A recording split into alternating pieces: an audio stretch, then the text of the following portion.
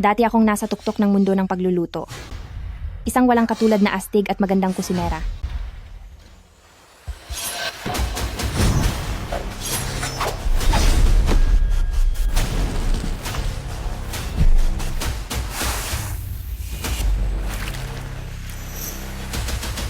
Pero dahil sa pag-ibig, pinili kong iwanan ang lahat. Itinago ko ang aking pagkatao at naging isang simpleng may bahay na lang. Ngayon, ang kumpanya ng asawa ko ay kailangan ng isang mahusay na kusinera. Oras na para magpakita ako at sabihin sa kanya kung sino talaga ako. Para tulungan siya at bigyan ng buong suporta. Exun Feng. Hindi mo ba alam na nitong mga nakaraang araw ay naghahanap ako ng magaling na kusinera? Hindi mo ba nakikitang punong-puno na ako ng galit? Ano na naman ba ang ginagawa mo rito sa bahay? Pinapabayaan mong maging napakadumi ng paligid. Exun Feng. Sa totoo lang, ako ay... Kahit ang simpleng pag-aasikaso sa asawa ay hindi mo na rin alam gawin. Exun Feng, huwag kang maging ganyan. Exun Feng, huwag mo nang ituloy.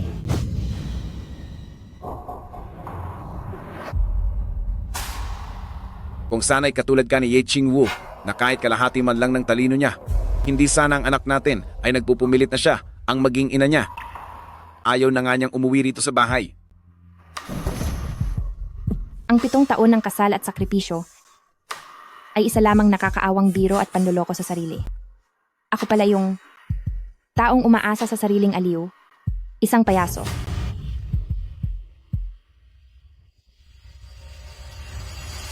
Mag-divorce na tayo.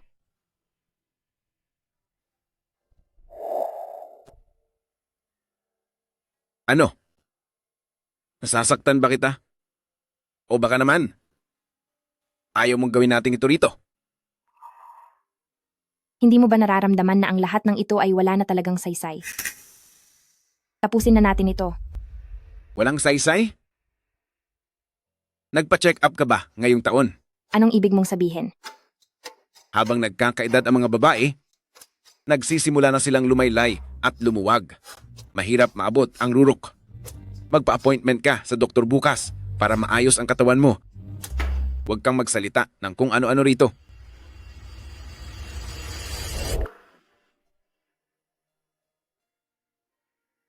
Gusto sana kitang tulungan. Pagkatapos nating malampasan ang hirap na ito, saka tayo maghiwalay ng maayos.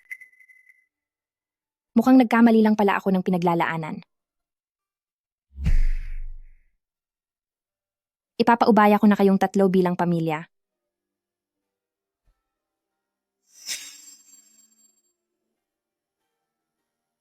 Ano na naman ba ang ginagawa mo?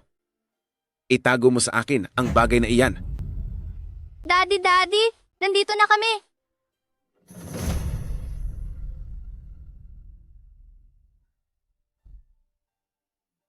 Daddy, gusto kong samahan mo ako. Matutulog ako kasama si Mami Yezi. 7 taon akong naging libreng kusinera. Pero sa huli ay nalaman ko na. Isa lang pala akong malamig na putahe.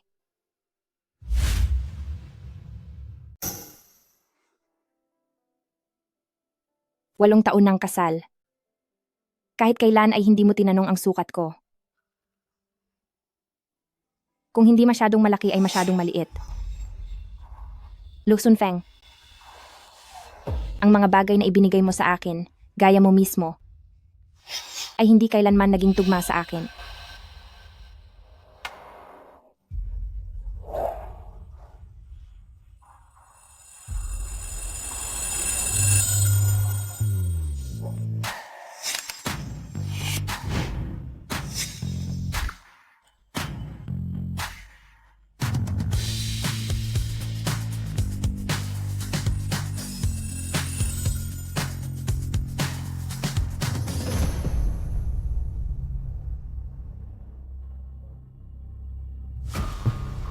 Sunfeng, paano kung totoong umalis na si binibining mo? Si Mu Cheng ay pinalaki sa pamilya Lu, namuhay ng marangya sa loob ng 7 taon. Madaling masanay sa luho, pero mahirap bumalik sa hirap. Ngayon ay wala siyang kahit anong puhunan o lakas ng loob na iwan ng pamilya Lu.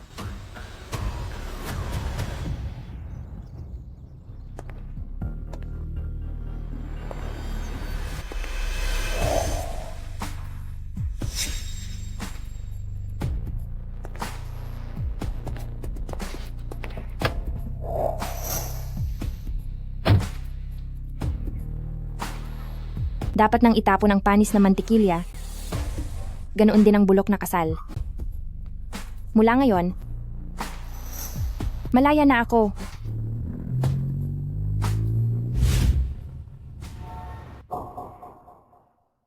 Ate Rui-Rui, dati ang tingin ko, ang pag-ibig at ang pamilya ay ang buong buhay ko. Pero ngayon, sa tingin ko hindi lang ako isang mabuting asawa at ina, isa rin akong independent na babae na kayang mabuhay para sa sarili, isang matatag na babae. Noong araw, ikaw na isang babaeng taga-silangan ay nanguna sa listahan ng chef god na puno ng mga dayuhan, humanga ang buong mundo, sinabing isa kang himala ng silangan, at tinawag kang maganda at astig na kusinera.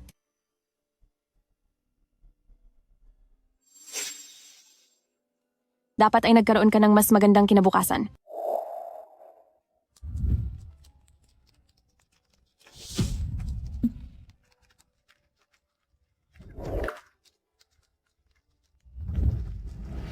Ang isang bituin na kasing ningning mo ay hindi dapat nabaon sa kasal.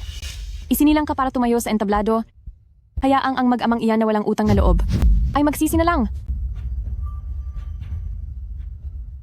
Ate, sa tingin ko ang maganda at astig na kusinera ay oras na para magbalik. Sa tingin ko tagapaglutong mesa, oras na para bumalik ako. Gusto kong bawiin ang pagiging tagapaglutong mesa. Itutuloy ko ang maalamat at walang talong kuwento. Meron akong pinsan na sobrang pihikan sa pagkain. Plano niya lang na bumalik sa bansa para magbukas ng restaurant. Gusto mo bang subukan na pumunta muna sa kaniya? Kung may tagapaglutong mesa na tulad mo para sa kaniya, sa tingin ko, ay siguradong ito na ang sa buong buhay niya, ay pinakamalaking karangalan. Talaga ba? Siyempre naman. Sasabihin ko na sa kaniya ang magandang balitang ito ngayon. Jing Xuan, sa pagkakataong ito, huwag mo na itong palampasin muli. Mr. Shea, bilang pinakatanyag na nangunguna sa ibang bansa, matindi ang kompetisyon sa pagbabalik mo para sa Platinum 5-star restaurant, nakapili ka na ba ng punong kusinero para sa iyong shop para manguna sa lahat?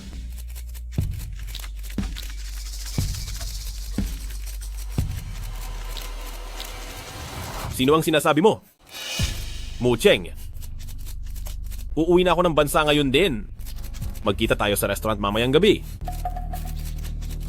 Wala pa akong napipili noon, pero ngayon, mayroon na.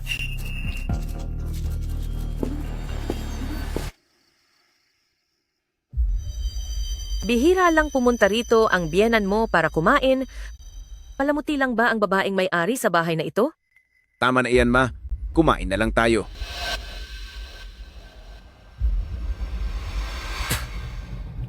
Ang salmon ngayong araw ay hindi man lang malinis ang pagkakaalis ng mga tinik. Sobrang alat naman ng ribs na to. Pinagluto mo ba ang asawa ko ngayong araw? Paumanhin po, Presidente Lu. Ang mga ulam ngayong araw ay niluto ko ayon sa recipe ng Madam, pero napakahirap talaga nito. Anong klaseng ulam ang alam niyang lutuin? Hindi ba't maayos naman ang pagluluto mo noon? Pero ang mga ulam na ito ay laging ang Madam ang nagluluto.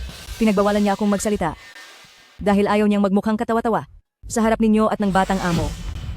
Ano? Ang mga ulam noon ay siya lahat ang nagluto? Opo,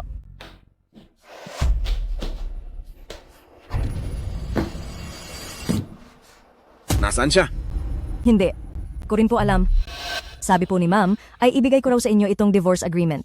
Kusa na po siyang sumusuko sa kustodiya at wala na raw po kayong ugnayan sa isa't isa mula ngayon.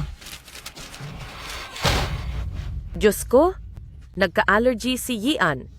Sabihin mo sa kaniyang bumalik na siya agad dito.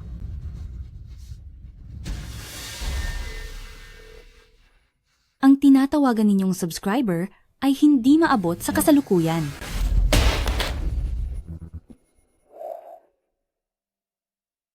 Dati naman siyang nagkaka-allergy. pero hindi siya nagsusuka.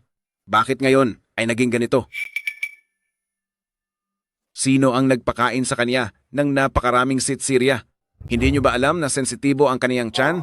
Kasi, pusabi ng batang amo ay wala na raw mag-aalaga sa kaniya at pagkatapos ay naging ganoon na. Tumahimik ka. Halo? Ang tinatawagan ninyong numero ay kasalukuyang nakapatay.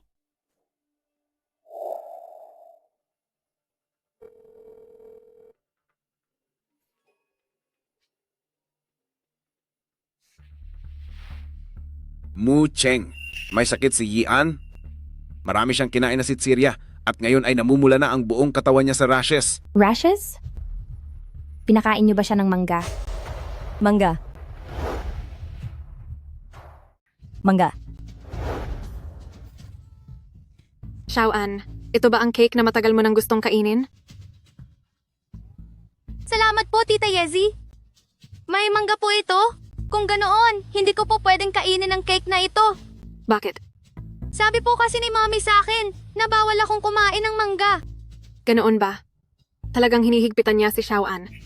Pero ang manggang ito ay imported. Kaya ayos lang iyan. Sige po.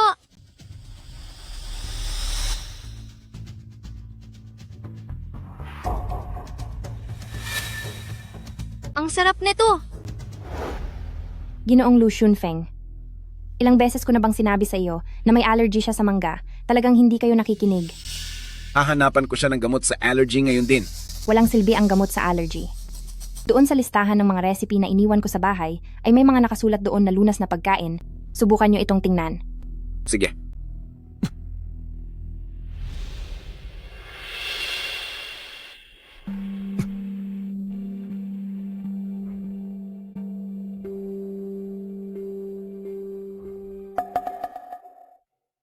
Palagi niya palang iniisip ang lahat ng tungkol sa atin. Sinusubukan niyang maging isang mabuting ina na marunong magluto at isang mabuting asawa.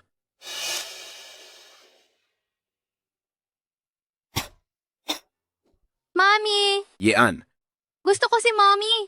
Mommy! Gusto ko si Mommy!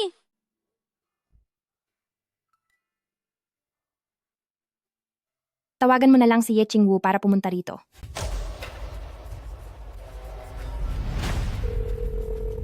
Hello? ikaw ang tinatawag niya. Anong kinalaman ni Ye Qingwu rito? Kung wala ka nang sasabihin, ibababa ko na ito.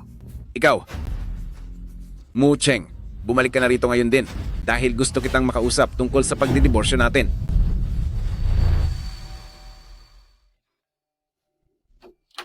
Mu Cheng, bakit ngayon ka lang? Xunfeng, bukas na ang komite ng pagpili ng antas ng bituin. Nagdala ako ng mga dokumento para mapag-aralan natin ng maaga. Sige,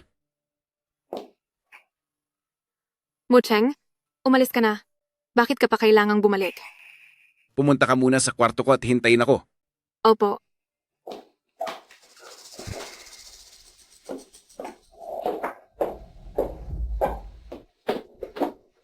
Huwag ka nang magmatigas, Mu Cheng. Alam kong may pakialam ka pa sa akin.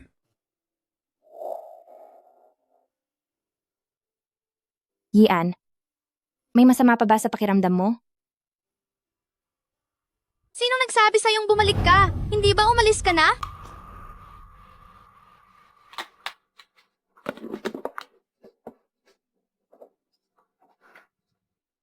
Yian, nagluto si mama ng sabaw para sa iyo. Uminom ka kahit kaunti. Gusto ko ang nanay Yezi ko. Ayoko nang pakialaman mo ako. Lu Yian, bakit ganyan ka makipag-usap sa mama mo? Sige, iyan ang sabi mo. Kaya mula ngayon, hayaan mo na ang nanay Yezi mo ang mag-alaga sa iyo. Aba, hindi ako takot. Ayoko na ring makita ang tangang babaeng tulad mo.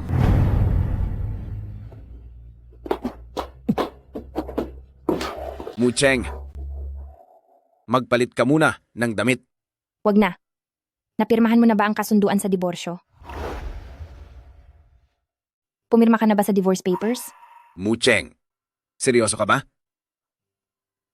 Kung hindi lang dahil sa pagpirma, hindi na ako kailanman tutapak pa rito. Ano ba ang hindi mo nagustuhan? Pwede mong sabihin. Hindi kailangang mag-eskandalo.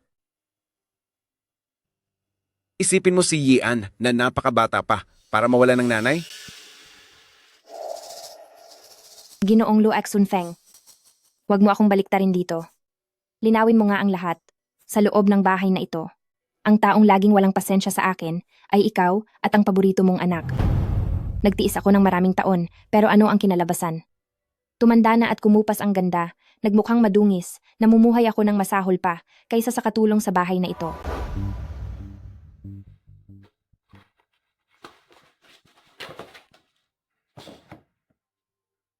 Sino ang nagpahintulot sa inyong mga janitor na pumasok sa opisina ni Presidente Lu?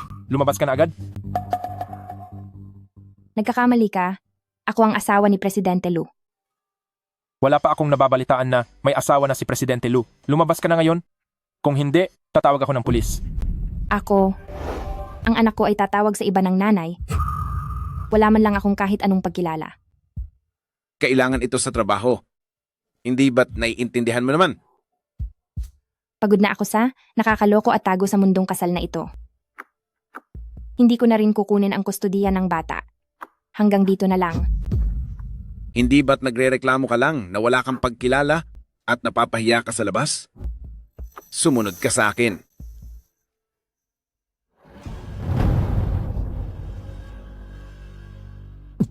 Bitawan mo ako. Bitawan mo ako, Ginoong Lu Xunfeng. Ano ba talagang balak mong gawin? Mucheng, tingnan mo ang sarili mo. Ang kinakain at ginagamit mo sa angka ng Lu, alin ba rito ang hindi pinakamaganda? Ano man ang hindi mo nagustuhan noon, pwede kitang ibili muli ng lahat ng iyon. Hindi ako kontento sa iyo. Pwede rin ba kitang palitan? Sa mga mata mo, Ginoong Lu Xunfeng, isa lang akong masunuring manika na umaarte sa papel na gusto mo. Kapag may problema, hindi ka tumitingin sa sarili mo para maghanap ng dahilan, sa halip ay iniisip mong lahat ay mali ko at problema ko. Hindi ba sinabi ko na sa iyo? Sabihin mo sa akin kung may pagkakamali ako. Huli na ang lahat. Mucheng, sa tingin mo ba, sa edad mong iyan, na walang karanasan sa trabaho pagkatapos ng graduation, may kukuha ba sa iyo? Wala. Maibibigay ng angkan ng Lu ang lahat ng gusto mo. Ang pagmamahal na iyan, kaya ko rin namang ibigay sa iyo paminsan-paminasan. Hindi kailangang makipaghiwalay, naiintindihan mo ba? Presidente Lu, hindi mo lang gustong makuha ng libre ang dangal ko. Pati ang kabataan ko ay gusto mo ring nakawin. Wala na tayong dapat pag-usapan pa. Kung ganoon ay wag na tayong magsalita. Hindi ba pakiramdam mo ay masyadong boring ang buhay at kailangan ng bagong thrill? Ginoong Lu Xunfeng, kung magpapatuloy ka sa ganito, siguradong idedemanda kita. Xunfeng, bitawan mo ako. Xunfeng. Nag-aaway ba kayo?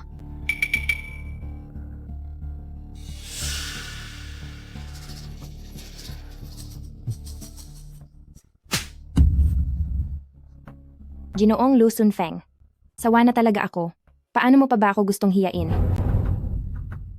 Si Ching Wu ay pumunta lang dito para magtrabaho.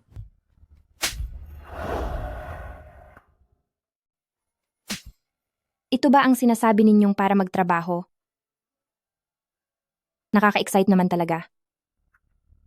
Alam kong hindi mo pinirmahan ang divorce papers noong huli. Sinend ko na ang digital copy sa phone mo. Pirman mo na iyan.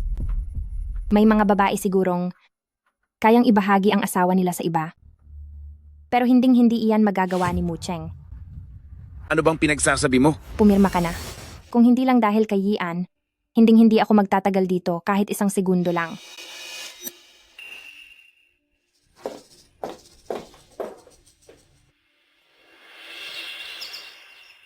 Tita Yezi? Tita Yezi, gusto ko sanang kainin ngayon.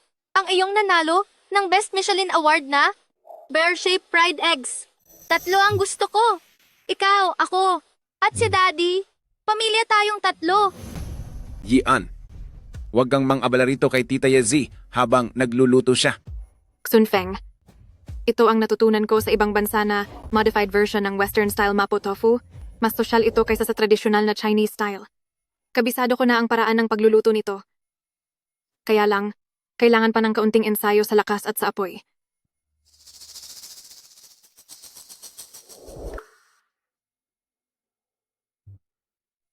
Masarap nga ang lasa.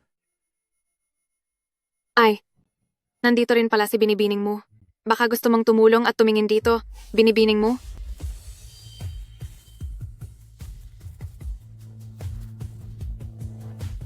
Sapat na ang kinain mong itlog ngayong linggo, so sobra na kapag kumain ka pa. Si Tita Yezi ay isang top-tier master chef. Wala nga siyang sinasabi. Kaya wag ka nang magkunwaring may alam ka rito.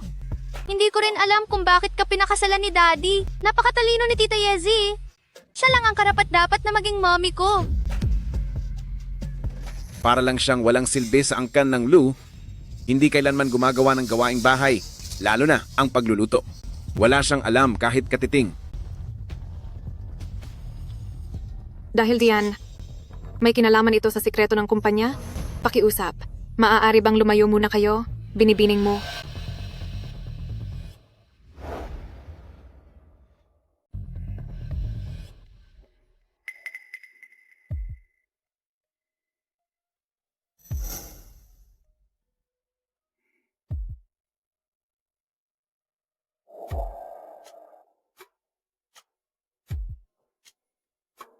Sa lutong Chino, ang mahalaga ay ang tamang kontrol sa apoy. Panoorin ninyo ang aking paraan. Buksan ang kalan. Ipunin ang init sa isang lugar, nang sa gayon ay maluto ng pantay-pantay ang pagkain. Ang mapo tofu ay isang simpleng putahe, ngunit mahirap itong gawing katangi-tangi at makabago. Dahil matabang ang tofu, kaya dapat na ang sarsa ng bean paste ay manuot ng husto sa loob ng bawat piraso. Sa huli ay uukitan ito ng tradisyonal na disenyo. Dapat ay mabusisi, mabilis, matatag at tumpak. Pagkatapos ay ibuhos ang sarsa ng baka sa ibabaw ng tofu upang mas lalong lumabas ang bango nito. Ang pinakaimportante sa lahat ay huwag kalimutan ang pinagmulan nito. Ang mapo tofu ay kabilang sa pagkaing Sichuan, bukod sa pangingimay ng dila, ay ang anghang nito. Kailangan gumamit ng pinakamataas na uri ng pamintang dahong pao. 3 butil lang mula sa pinakataas ang kukunin. Ang bersyong binago para sa ibang bansa, sinasabi nilang binago nila ito, pero ang totoo ay inayon lang nila ito sa kanilang paraan ng pagkain. Ang malamig na tofu at sarsa ay maglalabas lamang ng malansang amoy.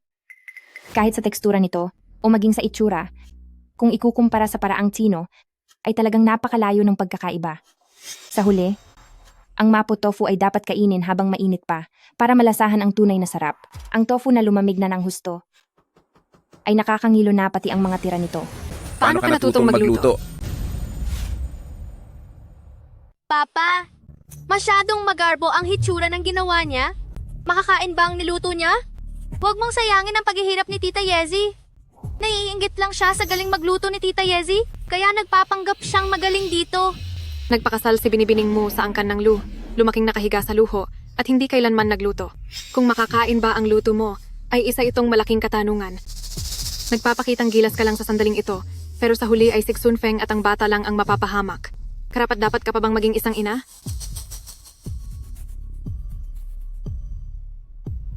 Mula ngayon, ikaw na ang asawa ni Ginoong Lu Shunfeng. Hindi ko kailangan na maglaba ka o magluto.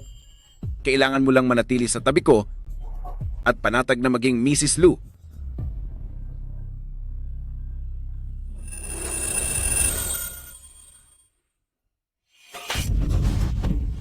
Nakakapagod na nga ang mga trabaho ko. Huwag ka nang manggulo rito. Ano ba itong ginawa mo? Maiinom ba ito? Huwag mo na akong gagawa ng mga walang kwentang bagay na ito sa susunod. Labas. 12 taon bago ko naintindihan na ang pangako ng isang lalaki sa sandaling bitawan lang ito ay totoo.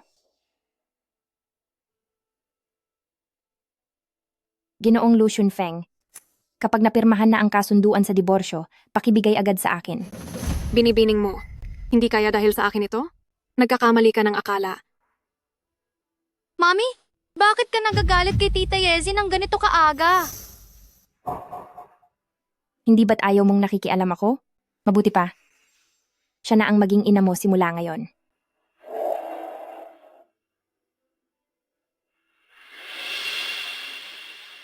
Nabalitaan ko na may balita na tungkol kay tagapaglutong May. Sa ngayong gabi, bakita hindi na lang natin kanselahin ang hapunan at ako na ang magpapaliwanag? Huwag na. Tita Yezi, huwag kang mag-alala. Hindi mangangahas si mommy na makipagdiborsyo kay papa. Kapag nagdiborsyo sila ay magkakahiwalay tayo. Kapag iniwan tayo ni mommy, ay wala na siyang matitira pa.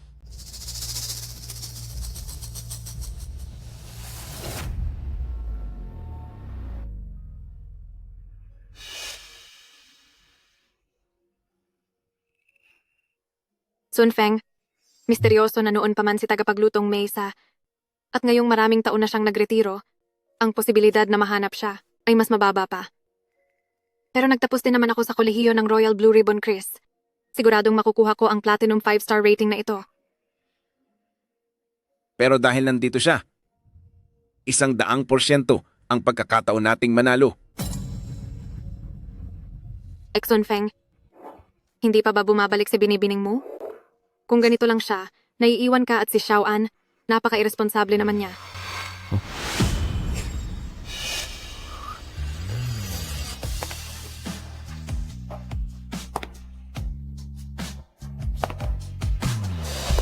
Ito ba yung laging nakatali ang buhok at laging nakasimangot na si Mucheng? Nagparetoke ba siya? Nag-ayos talaga siya ng ganito kaganda para siguro humingi ng tawad sa akin, di ba? Alam ko namang hindi niya ako kayang iwan.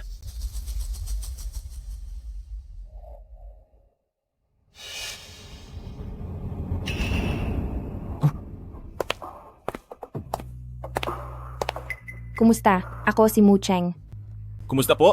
Binibining mo. Kumusta? Binibining mo. Tuloy po kayo? Mu Cheng, lakas ng loob mong baliwalain ako? Sun Feng, kumalma ka lang. Malapit na ang ebalwasyon. At hindi dapat makaapekto ang kahit anong maliit na bagay sa reputasyon ng kumpanya. Narinig ko po sa senior ko na kailangan nyo ng punong tagapagluto para sa itatayo ninyong bagong hotel dito sa bansa.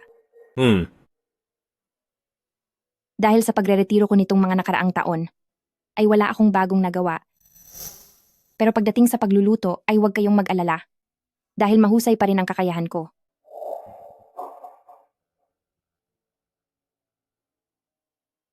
Ang matapang na tagapagluto ng Asya at senior consultant ng Akademya ng Chris? Napakahusay ni binibining mo para magpakababa sa maliit kong kainan? Opo. Kung gusto ninyo.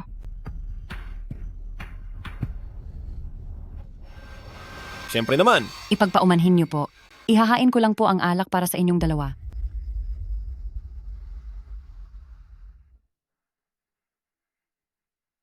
Maligayang pagdating binibining mo para sa ating pagtutulungan. Kampay. Salamat po.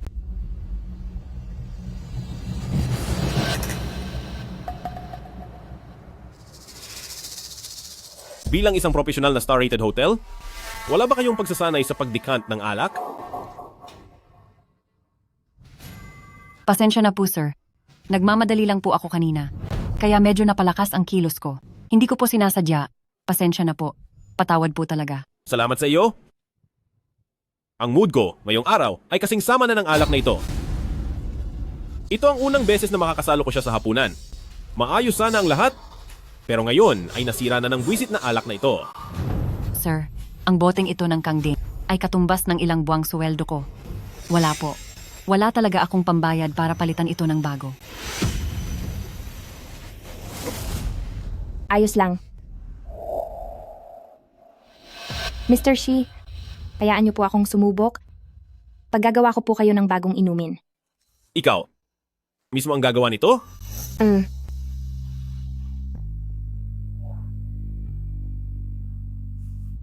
Ihanda mo ito para sa akin. Opo, sige po.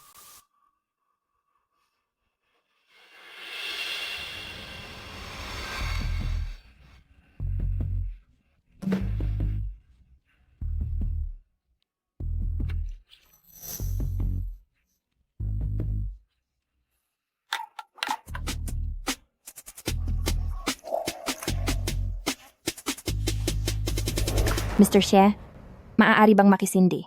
Oh. Karangalan ko.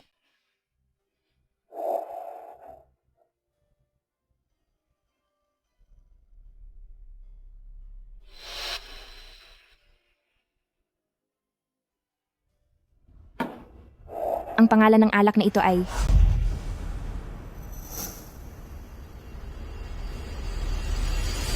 Liwanag ng Kahel.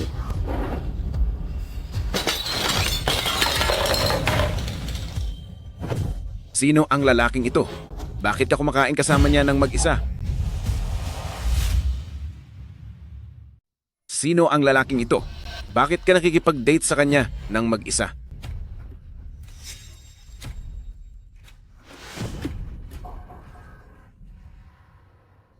Nakikipaglandian ka pa ba sa iba? Gusto mo bang gawin uli ang dati mong mga diskarte? Ipakita mo sa kanya kung gaano ka kalandi.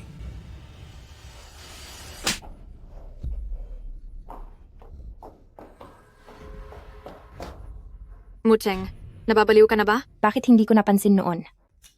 Ganyan ka pala ka-plastic? Sa bawat tingin ko sa iyo ngayon, nasusuka ako. Mu Cheng. Hindi mo ba nakikitang ayaw niya?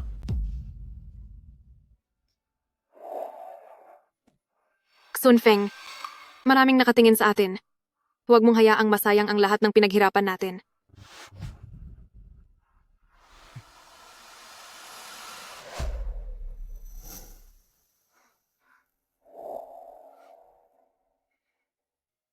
Salamat, tagapamahalang She. Salamat sa pagtulong sa akin kanina.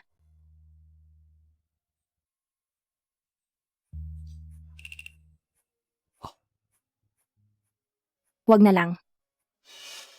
Isuot mo ito. Ang pagiging malusog ay isa ring pagsusulit para maging head chef ng Angkang Xie. Pasensya na talaga. Sa susunod na pagkakataon, babawi talaga ako sa iyo. Ikaw ang naapi rito. Kaya hindi mo kailangang humingi ng tawad.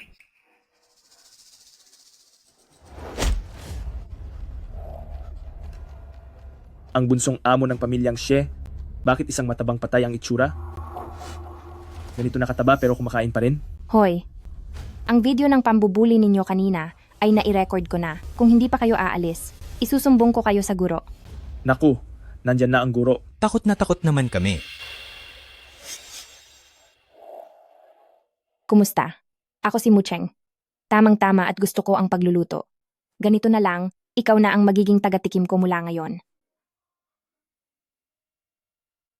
Kailangan ko ang tulong mo para manalo sa pagpili ng platinum na 5 bituin.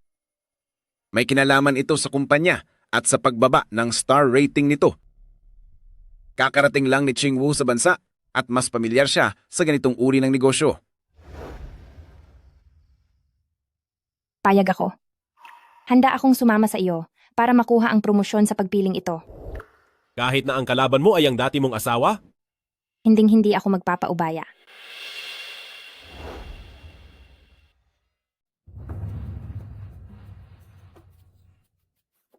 Patawad po, Presidente Lu. Hindi pa rin po namin siya nahanap. Si tagapaglutong Mesa. Sunfeng, huwag kang mag-alala. Nandito naman ako. Kahit wala siya, makukuha pa rin natin ang White Star 5 bituin na parangal na ito. Talagang bata pa ay matagumpay na si Presidente Lu. Nabalitaan ko na sa pagkakataong ito ay biglang sumulpot ang Angkang Xie para lumahok din sa nag-iisang platinum sa lungsod ng Rong na parangal para sa 5 bituin na restaurant. Bakit wala pa rin ang tagapagluto ninyo? Kumusta po? Ako ang mula sa Hotel Lu Yue, ang nakatalagang tagapagluto para sa parangal na ito, si Ye Ching Wu.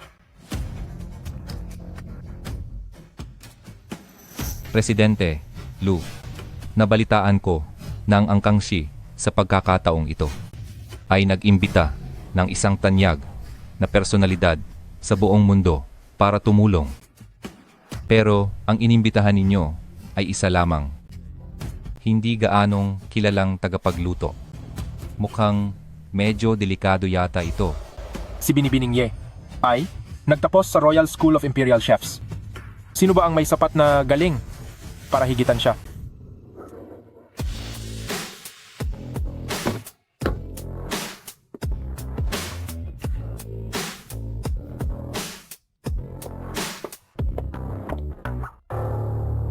Ang hakbang na ito ni Presidente Lu ay isang pagkakamali. Talaga kayang nakuha ng Angkang Xie Si tagapaglutong Mesa? Hindi maaari. Hinding-hindi ito mangyayari. Nagkaroon na ako ng pagkakataong matikman ang mga tirang pagkain na niluto ni tagapaglutong Mesa. Ang mapotofu na iyon ay may pagkakahawig sa luto ng pamilya ni Presidente Lu. Iyon ay simpleng laro-laro lang ng aking asawa. Hindi iyon maikukumpara kay tagapaglutong Mesa. Dumating na ang presidente ng Angkang Xie.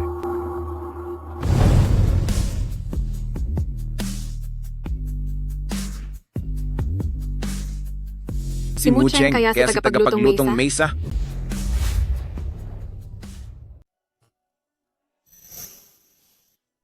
Sino ang gwapong lalaki at magandang babaeng iyon? Napakaganda ng kanilang tindig. Bagay na bagay sila. Nagkakamali po kayong lahat. Ang babaeng iyon ay dating asawa ni Presidente Lu. Nakakatawa naman. Inisip ko pa naman na ang losyang na si Mu Cheng ay ang astig at magandang kusinera. Sun Feng, kakadiborsyo nyo lang ni Binibining mo?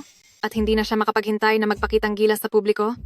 Binibining mo, anong klaseng laro ba ang ginagawa mo? Para makuha ang atensyon ni Sun Feng? Dinala mo siya rito sa okasyong ito ngayon para ipagmalaki siya sa harap ko. Masyado namang bilib sa sarili si Presidente Lu. May mahalaga akong sadya kaya ako narito. Pupunta ka sa pagpili ng antas ng bituin? Ang pagpili ng platinum na 5 bituin ay para lamang sa mga pinakamagaling sa industriya. Balak mo bang ipakain ang luto mo sa lahat para sumakit ang tiyan nila at tuluyang masira ang sarili mong reputasyon? Kung ang taong gaya mo ay nakakasali, bakit hindi ako pwede? Ikaw, Mu Cheng, wala ka bang pinag-aralan? Mag-sorry ka na ngayon din. Kalokohan. Anong karapatan mong utusan ako? Mu Cheng, ako ang asawa mo. Dating asawa. Salamat. Presidente Lu, kapag nagpa-appointment ka sa doktor, huwag mong kalimutang patingnan ang utak mo. binibining mo? Huwag mong sabihing nagpunta ka rito para magselos? Alam ng lahat sa industriya na hindi kailanman naglilinis ng bahay si Ginang Lu. Pero ngayon, dahil sa selos, ay nanggugulo rito sa komite ng pagpili ng antas ng bituin? Wala ba siyang delikadeza? Mu Cheng, umuwi ka na agad. Huwag kang mag-eskandalo rito. Tabi.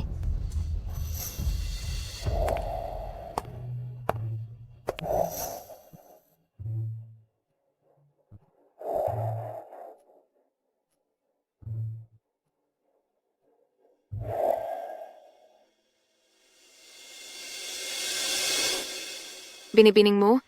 Nasa tamang pag-iisip ka pa ba? Ito ay para sa pwesto ng punong tagapagluto, ni hindi mo nga alam ang pagkakaiba ng mga pampalasa. Karapat-dapat ka bang maupo rito? Bakit? Bukod sa mga tauhan ko, pati ba naman ang pwesto ko, ay pinagdidiskitahan niyo rin? Mu Cheng, pinapayuhan ka lang namin? Huwag mo nang hintay na sa huli, ay sa harap pa ng maraming tao ka mapapahiya ng husto. Sige, tingnan na lang natin kung sino ang matatalo sa huli. Isa ka lang namang hamak na may bahay. Hindi ba masyado ka nang nagmamarunong? Nagmamarunong pala ha? Hindi ka man lang tumingin sa salamin. Akala mo ba kung sino ka ng sikat? Ikaw na lalaking palamunin, ano bang ipinagmamalaki mo rito? Kayong dalawa talaga ay parehong magkakutsaba. Presidente Lu? Lumayo ka sa mahal ko. Tumabi ka.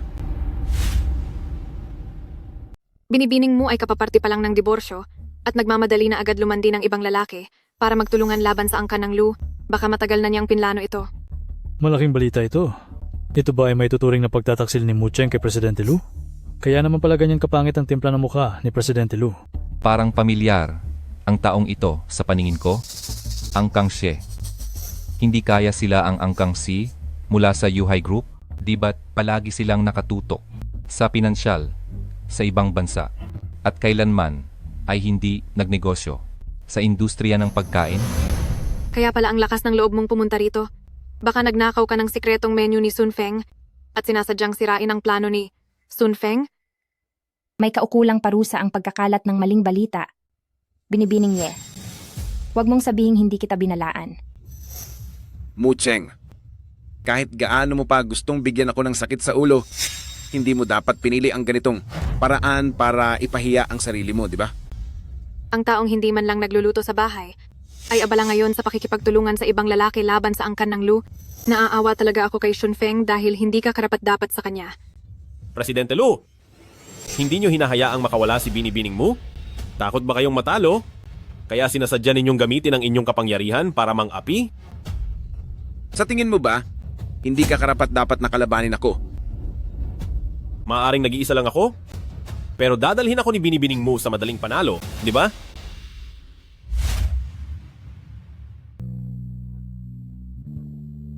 Hayaan mo na, Xunfeng. Mas mahalaga ang ating kailangang gawin.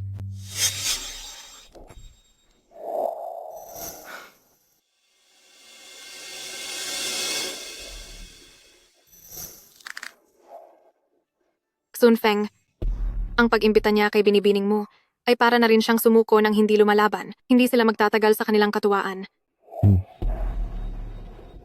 Narito na ang mag-asawang Zhao.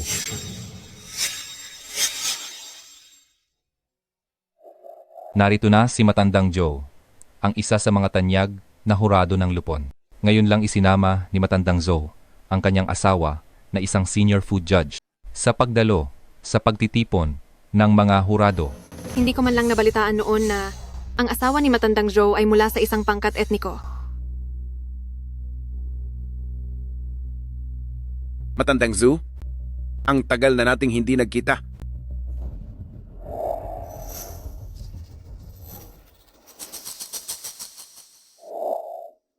Matandang Joe, Ginang Joe, ito ay maliit na regalo mula sa akin bilang paunang pagbati bago ang kompetisyon.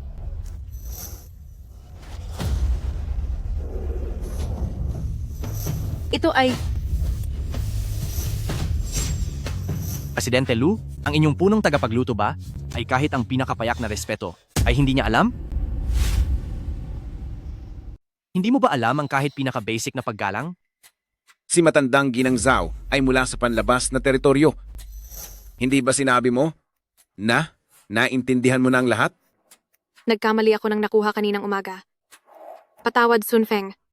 Binigyan mo ng pastry na may bulaklak at ham si Matandang Ginang Zhu na isa itong malaking bawal.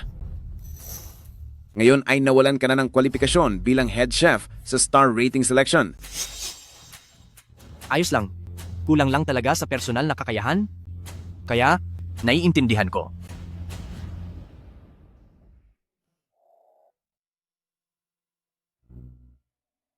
Matandang Zhou. Kumusta po, Ginang Zhao? Ako po si Xie Jingxuan. Ito po ang aking executive chef. Kumusta? Matandang Zhao, Ginang Zhao. Ito po ay gawa ko mismo, ang Snow Lotus Crystal Cake. Ang palaman nito ay hinaluan ng ilang tradisyonal na yogurt clumps mula sa Xinjiang. Sana ay magustuhan ninyo ito.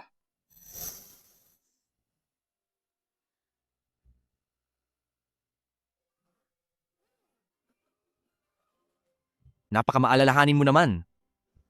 Kay gandang cake naman nito, masarap din ang lasa. Matagal ko na talagang kinasasabikan ang lasa ng aking bayan at ang Snow Lotus. Maaari mo ba akong turuan? Siyempre naman po, walang problema. Salamat po at nagustuhan ninyo. Kung may hindi po tama sa lasa o sa kahit ano, maaari ko pong palitan ng recipe. Sige, mabuti. Salamat.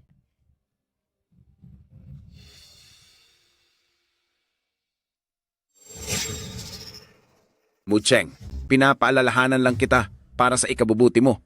Huwag kang sumipsip sa kahit kanino. Hindi basta-bastang tao si Ginang Zhou na maaari mo lang lapitan. Binibining mo? Huwag mong sabihing akala mo ay makukuha mo ang loob nila sa pamamagitan lang ng ilang pirasong candy? Mahalaga kay Matandang Zhou ang kaniyang asawa.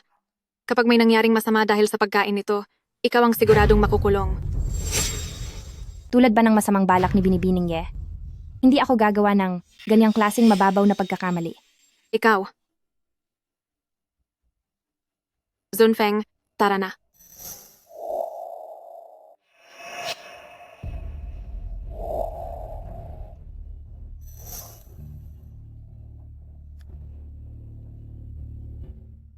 Xunfeng, masyado lang akong kinabahan kanina. Gagalingan ko mamaya para manalo sa laban. Hinding-hindi ko hahayaang mapababa ang antas ng restaurant ng Hotel Luyue. Jingwu, ipinapaubaya ko na ito sa iyo. Kailangang manalo tayo. Oo. Paano ako matatalo sa isang taong hindi man lang nagluluto? Mucheng, humanda ka sa akin.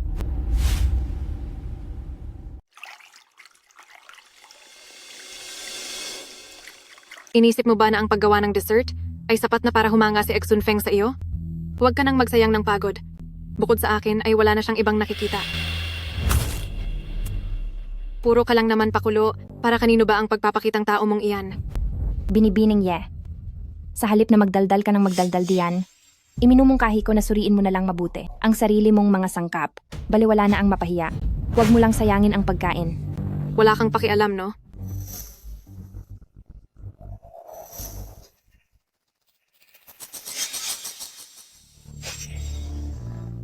Hindi lang si Xun Feng ang palaging nagtatanggol sa akin, pati na rin si Xiao An. Gaya nga ng sabi nila, para makuha ang puso ng isang lalaki, dapat mong makuha ang kanyang sikmura. Sayang at 7 taon mong sinayang ang panahon.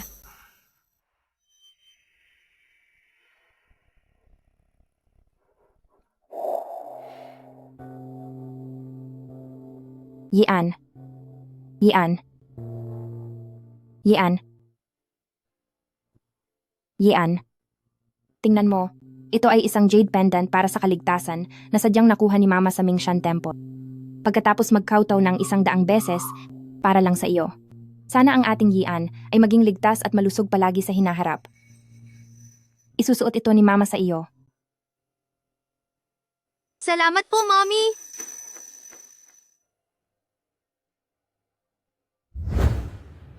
Sobra lang talaga ang pagkagusto ni Xiao An sa akin. Kaya kaninang umaga, binigyan niya pa ako ng regalong ito para batiin ako sa pagkapanalo sa komite ng pagpili ng antas ng bituin. Binibining Ye, may sakit ka ba sa utak?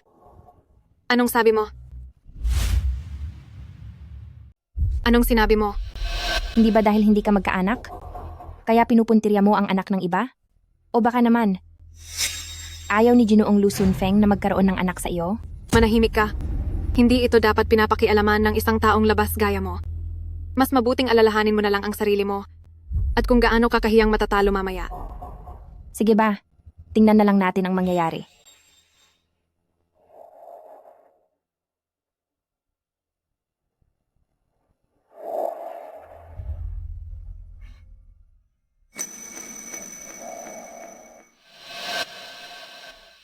Bakit mo kinuha si Mucheng para makipagtulungan sa iyo?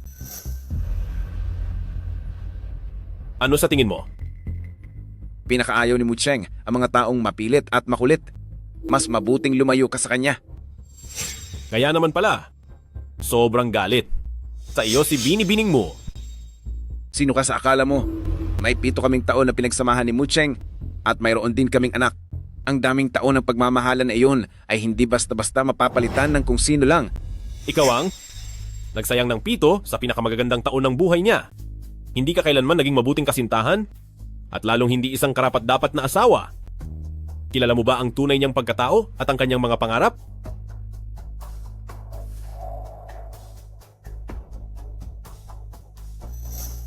Pero ako, alam ko. At hindi ako gaya ng ibang mga lalaking walang kuwenta na hindi marunong magpahalaga. Ituturing ko siyang isang napakahalagang kayamanan. Nananaginip ka ng gising. Kahit iwanan ako ni Mucheng, hindi ka pa rin niya pipiliin.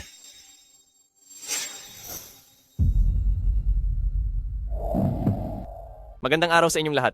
Salamat sa inyong pagdalo sa Star Rating Evaluation ng kaisa-isang Platinum 5-star na restaurant sa lungsod ng Rong. Ang mga iginagalang na internasyonal na hurado, ang nakatatandang mag-asawang Zhao ay magtitikim at magbibigay ng hatol sa mga bagong putahe ng Hotel Luyue at Hotel Haoxiang sa gagawing pagpili. At ngayon, ipinapahayag ko na ang 30 minutong labanan sa pagluluto ay magsisimula na ngayon.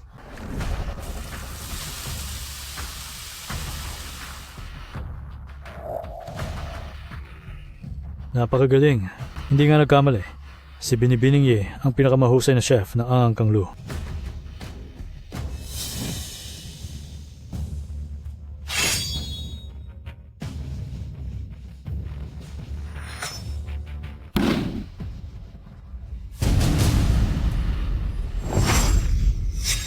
Mali ba ang nakikita ko?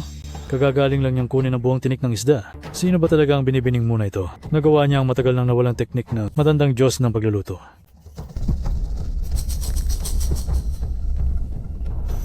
Mucheng, ano pa bang mga sorpresa ang hindi ko alam tungkol sa iyo?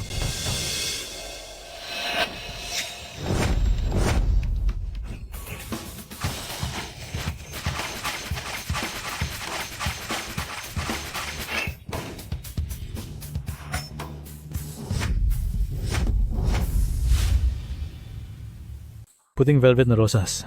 Ito ang espesyalidad ng mga nakarang tagapaglutong mesa. Hindi ko akalain na naperpekto ni Binibining Ye ang teknik na ito.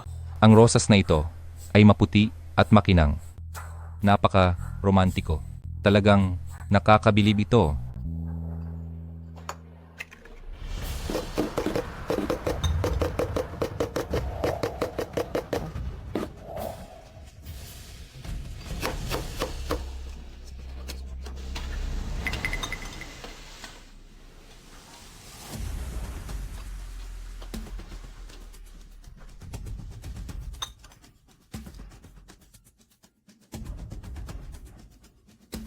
Ang galing ng teknik na ito. Professional talaga. Mukhang napakaganda nito. Kitang-kita na isa siyang dalubhasang kusinero. Napakahusay talaga. Mukhang hindi gaanong marunong si Binibining mo sa mga simpleng luto na ito. Tiyak na hindi niya matatalo si Binibining Ye.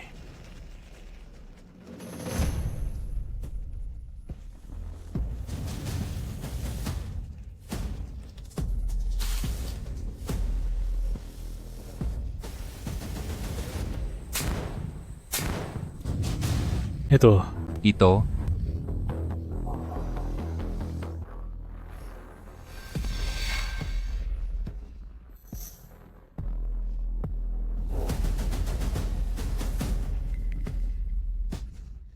Walang apoy?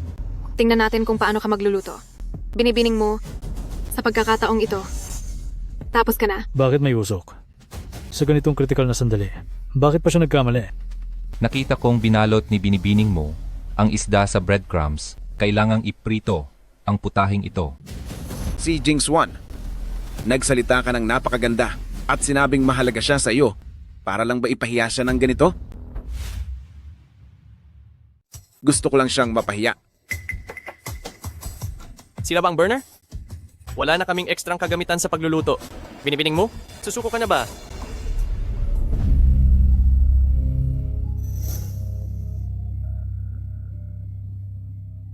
Ayos lang. May paraan ako.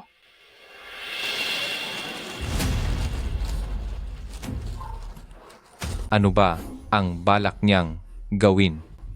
Ito ay... Binalot niya ito sa foil, ang squirrel-shaped mandarin fish na binuhusan ng mainit na mantika. Pagkatapos ay gagamit siya ng torch para kahit saang bahagi ay maging pantay ang init at kasabay nito, pakukuluan niyang muli ang mantikang pumasok sa loob ng isda. Malutong sa labas at malambot sa loob. Isang matalinong paraan ito. Ang husay.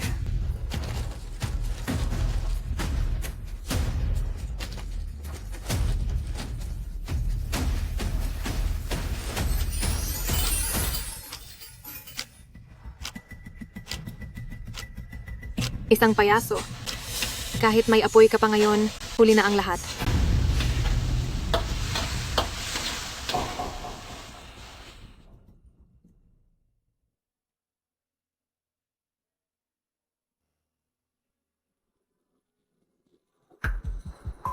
Ano itong ginagawa niya? Kahit na mapainit pa ang mantika, pero sa isang sandok lang ng mantika, mukhang hindi kayang maluto. Ang squirrel-shaped mandarin fish. Kahit dagdagan pa ng ilang sandok, malabo pa ring mangyari iyon. Kapag lumamig na ang unang mantika, magreresulta lang ito na ang isdang ito ay sobrang sunog na sa labas habang hilaw pa rin ang loob nito.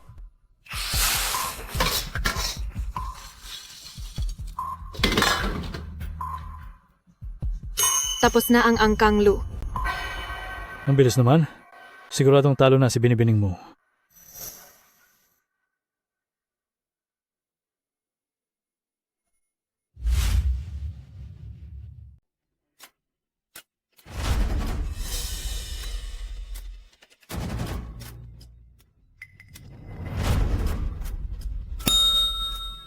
Natapos na ang angkang She.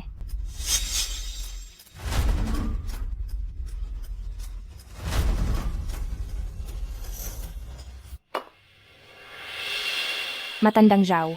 Donya Zhao. Paumanhin po at pinaghintay ko kayong dalawa. Mandarin fish na parang ardilya. Mabilis pala ang iyong naging reaksyon. Hindi masama. Magaling. Naghahanap lang siya ng madaling paraan. Sa laban na ito, ang lasa ng pagkain ang siyang mahalaga. Inaanyayahan ang matandang Zhao at si Ginang Zhao para sa tikiman. Pagkatapos ay magbigay ng kanilang komento.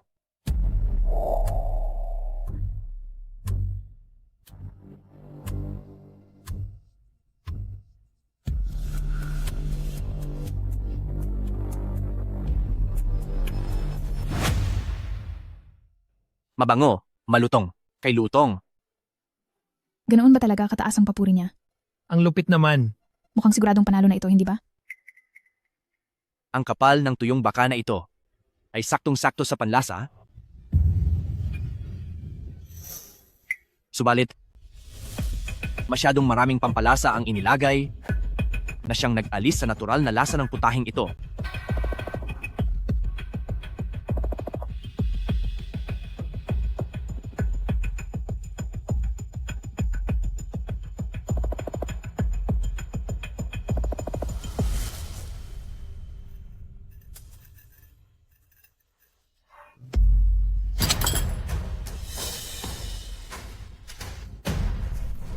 Masarap ba talaga ito?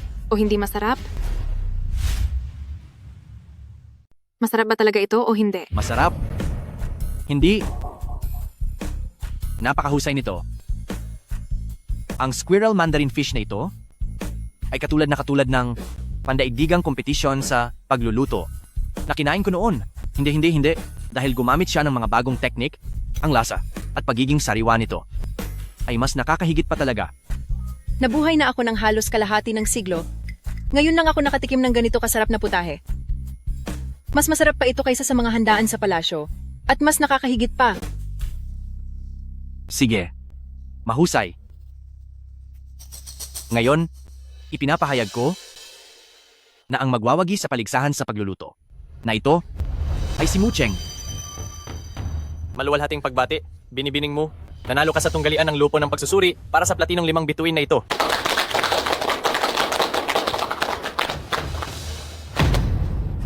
Imposible. Hinding-hindi ito posible.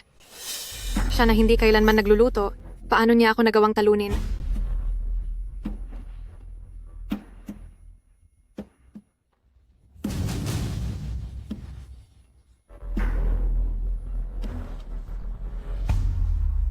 Ito ang sikretong recipe ng tagapaglutong mesa na hindi kailanman ibinabahagi sa iba. Paano mo ito nagawa? Gusto mo bang matuto? Tuturuan kita. Hindi maaari. Hindi ako matatalo. Hindi ko hahayaang makuha niya ang Haoxiang.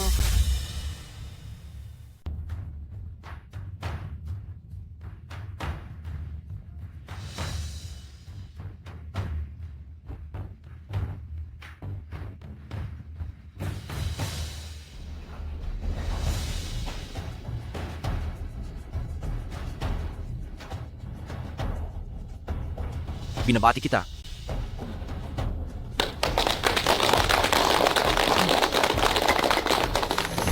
Matandang Zhao. Ibinigay mo ang Haoxiang sa kanya. Tiyak na magsisisi ka. Binibining Ye, tinuturuan mo ba ako kung paano magtrabaho? Hindi po, Matandang Zhao.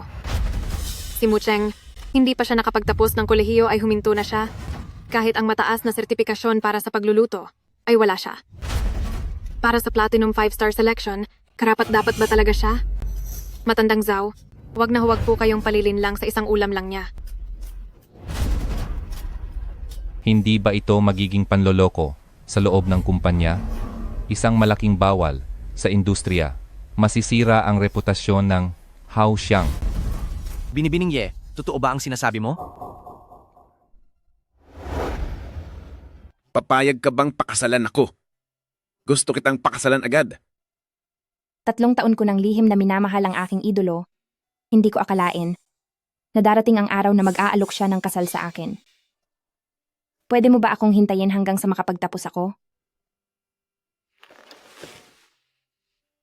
ang pinag-aralan ay hindi basehan sa pagkilala sa isang tao.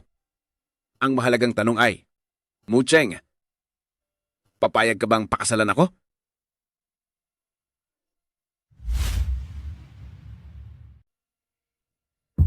Mucheng, bukod pa sa profesionalismo at kwalifikasyon, sa panloloko mo kay Matandang Zhou, may pagkatao ka pa ba? Mucheng, ikaw! Sun Feng, huwag mong sabihing ipagtatanggol mo na naman siya. Ang ginagawa niya ay nanggugulo sa patas na laban at mga batas ng industriyang ito. Sa pag-unlad ng lipunan ngayon, wala siyang karapatang sumali sa kompetisyong ito.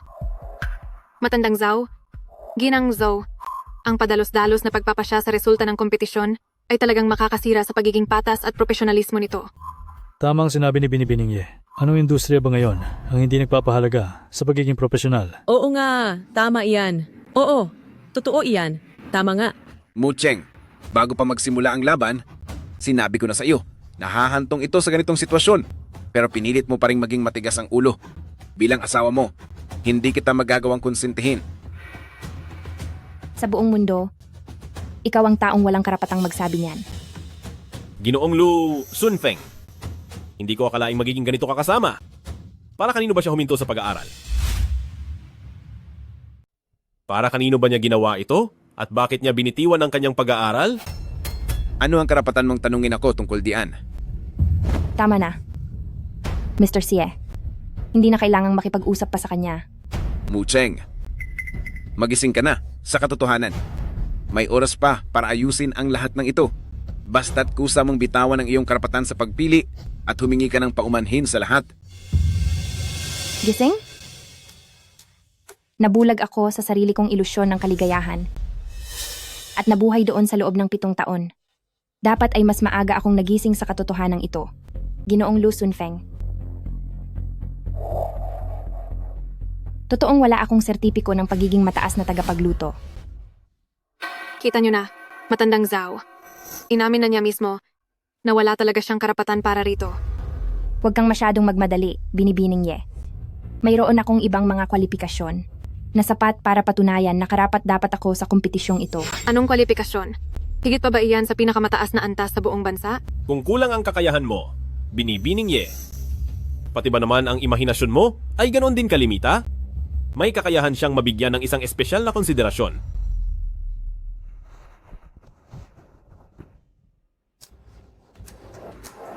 Maaari ninyong tingnan ang impormasyong nakapaloob dito. Sapat na itong magpapatunay na si Binibining mo ay may sapat na karapatan at kakayahan na tumayo sa harapan ninyo.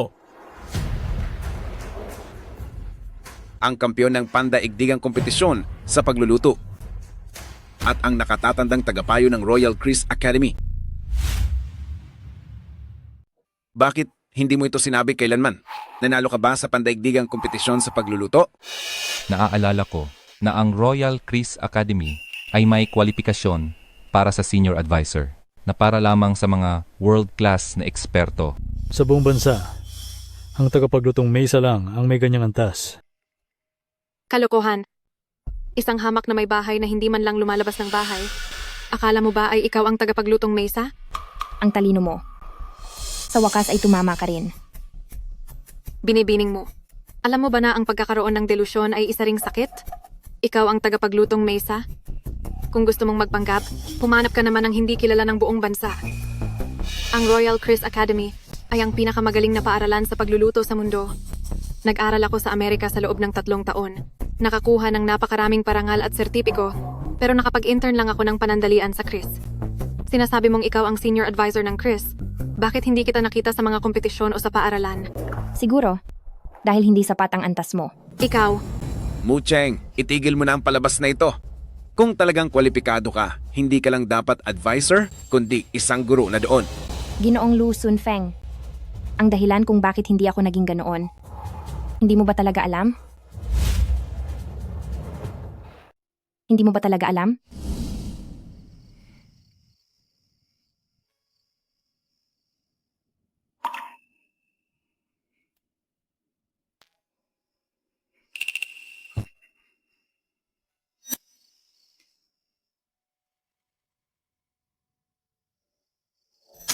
Huwag mo akong gambalain sa trabaho ko.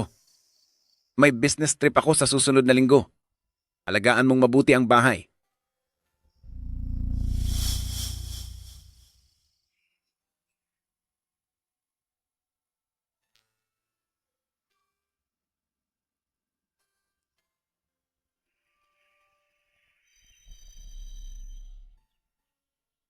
Anan, tulog pa rin? Mahuhuli ka na kapag hindi ka pa gumising. Bilis. Dali, dali, dali. Gising na. Bilis, bilis. Gumising ka na ng maigi. Hindi man lang naayos ang kwelyo mo.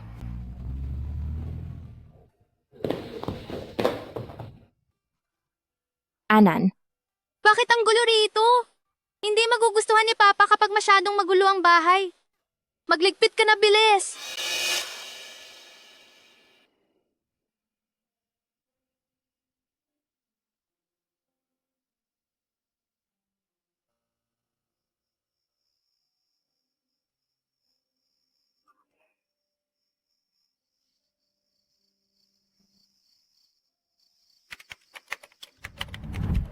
dahil hindi ako makawala sa paulit-ulit na gawaing bahay araw-araw.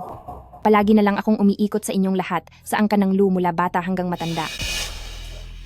Matandang Zhao, walang lisensya at lumalabag sa panuntunan si Binibining Mu gumagawa ng mga peking dokumento at sinasadyang sirain ang iyong ebalwasyon.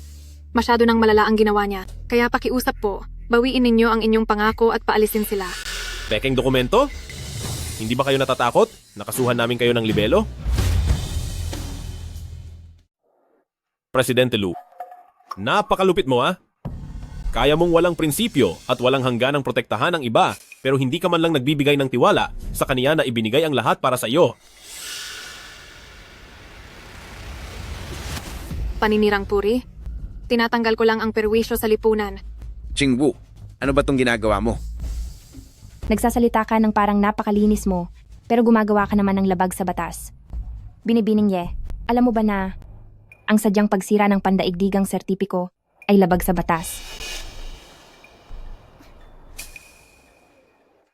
Labag sa batas?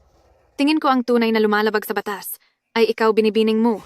Ano naman ang mapapatunayan ng isang pirasong papel? Para sa platinum na 5 bituin, ang kinakailangang komposisyon ng pangkat ng tagapayo ay 3 hanggang 5 tao. Sino ba ang kasama mo? Siya lang ba? Paano mo nalaman na wala akong koponan? Matandang Zhao, ang Akademya ng Chris ay sadyang nag-ayos ng pangkat ng tagapayo para tulungan si Binibining Mu. Paparating na sila ngayon.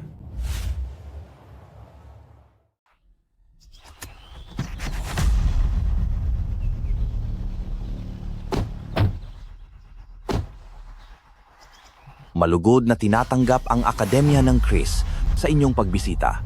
Kayong 3 mangyaring sumunod sa akin. Sunfeng, huwag na tayong makipag-usap ng walang saysay sa kanila. Si Binibining Mu ay isang mapagpanggap, gumagawa ng mga peking ebidensya. Mas mabuti pang tumawag na tayo ng guwardiya para pabaalisin sila. Teka lang, hindi nyo kailangang mapahiya ng husto. Aalis ka ba ng kusa? O hahayaan mong palayasin ka ng mga guwardiya? Alam mo na ang dapat mong gawin. Sa kompetisyong ito, nanalo ako ng patas at marangal nang walang anumang daya. Bakit ako makikinig sa inyo? Si Binibining Mu ay talagang napakakapal ng mukha. Itatanong ko na ngayon sa senyora ng aking akademya para tuluyan ka ng sumuko. Senyorang Ruirui, pasensya na. Naistorbo pa kita kahit na napaka-busy mo. Nakarating na ba kayo sa Hotel Haoxiang? Nasa Haoxiang na ba kayo? Hindi maaari? Si Mu Cheng ay naging parang ibong nakakulong sa angka ng Lu ng 7 taon. Kaya paano siyang magiging tagapaglutong mesa at maging pandaigdigang kampeon pa? Ate, nandito kayo sa Haoxiang. May kailangan po ba kayo? Siyempre, para dumalo sa komite ng parangal para sa platinong 5 bituin. Mag-usap na lang tayo mamaya kapag nagkita na tayo. Anong nangyayari? Shunfeng, nandito na ang mga makakatulong sa atin. Dahil nakikita kong kanina mo pa hinahanap si tagapaglutong Mesa, nakiusap ako sa ate ko sa akademya na tumulong. Akala ko noong una ay wala ng pag-asa, pero ang sabi lang ni ate, nandun na sila sa restaurant. Mabuti naman kung ganoon. Salamat sa paghihirap mo. Sunfeng, para sa iyo, baliwala lang ang kaunting paghihirap na ito. Kayo naman talaga itong mga nagpapanggap, di ba? Kami ang nag-imbita sa pangkat ng mga tagapayo. Binibining mo? Ang lakas talaga ng loob mo. Hindi ka man lang namumula habang nagsisinungaling. Ang kausap ko sa telepono kanina ay ang espesyal na gurong si Shirui mula sa Akademya ng Chris. Ako ang nakababata niyang kamag-aral, sabihin mo nga, bakit ka naman niya tutulungan? Mucheng, sa tingin ko ay hindi ka patapos sa panggugulo at pagpapakabaliw mo.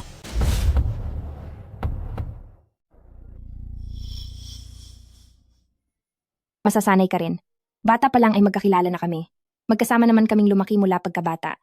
Binibining mo. Wala ring saysay kahit mainggit ka pa. Kasalanan mo dahil isa kang sinungaling. Sa halip na narito ka at nanunuya. Isipin mo na lang, kapag nabunyag na ang mga kasinungalingan mo mamaya, kung paano ka hihingi ng paumanhin. Tingnan natin kung sino ang mapapahiya mamaya. Abangan na lang natin. Magsisimula na ang magandang palabas. Siyempre, dapat natin itong panoorin ng mabuti. Matandang Zhou, parating na ang grupo ng mga tagapayo mamaya. Kung hahayaan lang natin silang magkagulo ng ganito, baka maapektuhan ang reputasyon ninyo at ng Haoxiang. Mabuti pang sa ngayon ay paalisin na sila agad dito. Hinto!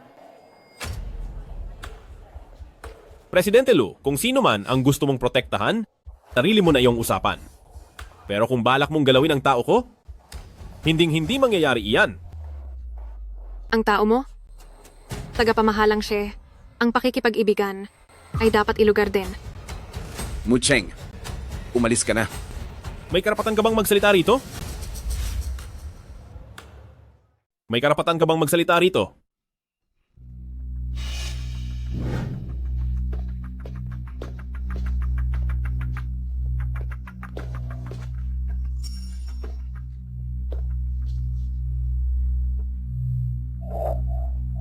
Senyorang Rui-Rui, bakit ang bilis ninyong dumating?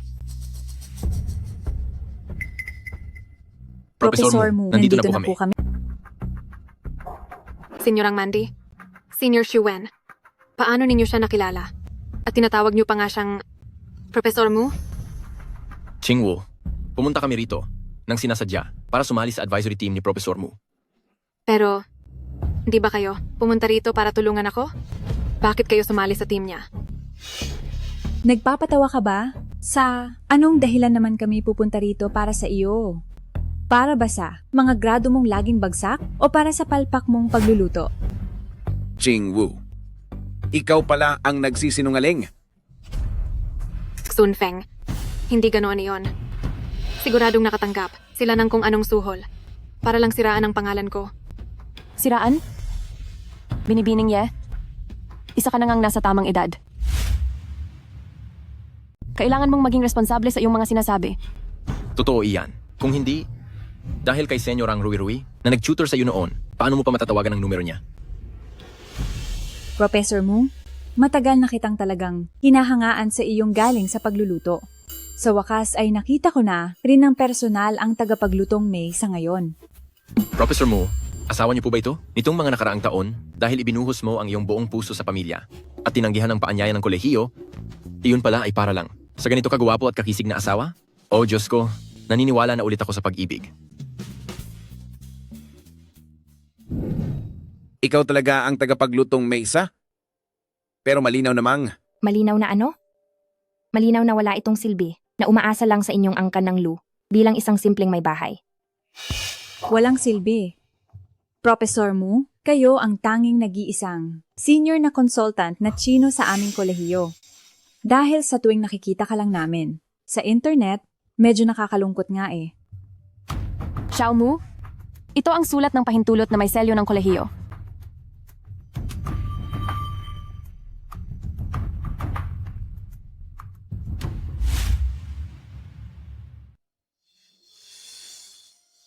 Matandang Zhao po.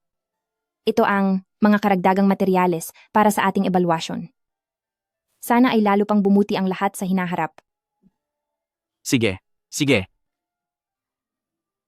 Ang pagpapalaganap ng pagkaing Chino sa labas ay ang unang hakbang para sa pagkaing ng lungsod ng Rong na makarating sa buong mundo. Binibining mo. ang pagiging numero 1 ng lungsod ng Rong ay ibinibigay ko na sa iyo. Gawin ko po ang nararapat. Sige, kung ganoon, mauuna na kami.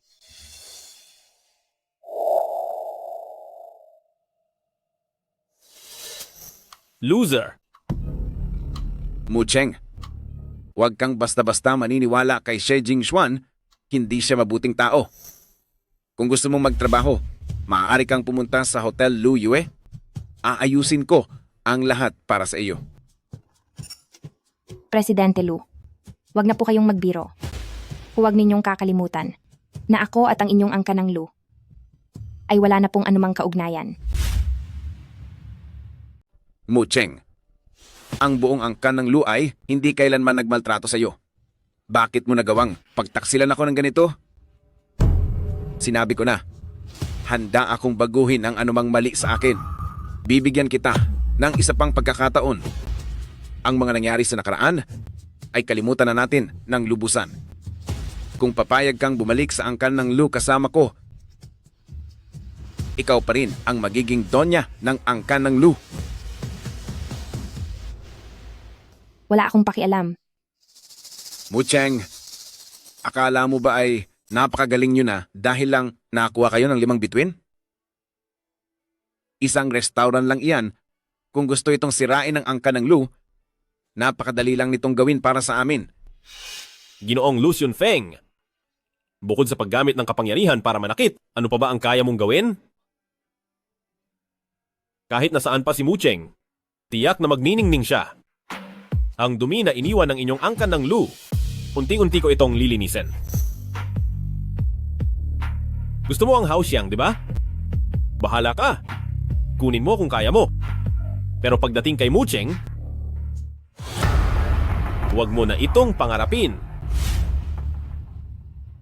Mucheng, Chunfeng, susuko ka na lang ba ng ganoon? Kadali sa proyekto na inabot ng ilang buwan?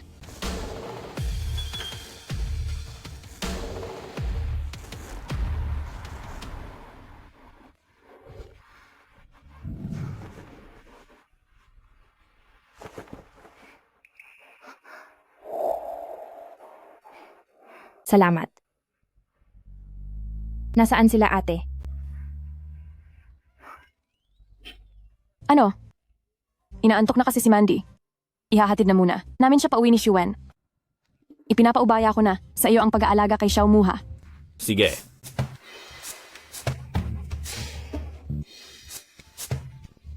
Bigla lang talaga. Bigla akong inantok. Kailangan ko nang bumalik para magpahinga. Paalam. Paalam, sobrang antok ko na talaga. Paalam. Binibining mo? Ihahatid na kita sa inyo. Xie Jingxuan. Tayo ba ay nagkita na dati? Oo. Nagkita na ba? Tayo dati? Oo. Pero,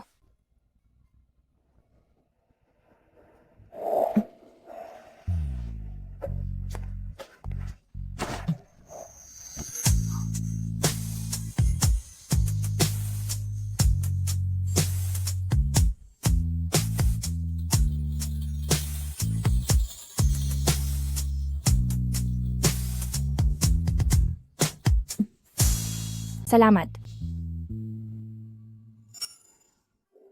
Tingin mo rin ba ay tanga ako? Hindi ba? Para sa isang taong hindi ako mahal, nagtiis ako sa loob ng 7 taon. Hindi ka tanga. Nasasaktan lang ako na sinaktan ka ng iba. Kung sana noong 8 taon ang nakalipas, ay mas maaga tayong nagkatagpo at naging kasing tapang mo. Kung 8 taon na ang nakakaraan, nagtagpo na tayo ng mas maaga. Katulad mo na walang kinatatakutan. Siguro tayong dalawa ay magiging magkaiba. Anong 8 taon? Hindi ko maintindihan. Mucheng. Sa totoo lang, noon pa man, gusto na kita.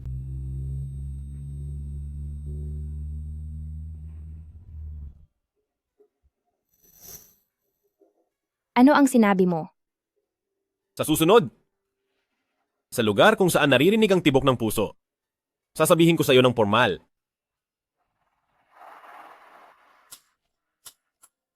Sige. Tara na.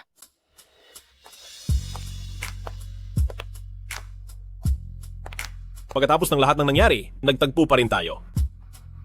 Pero Mucheng, sa pagkakataong ito, dahan-dahan akong magtatapat sa iyo.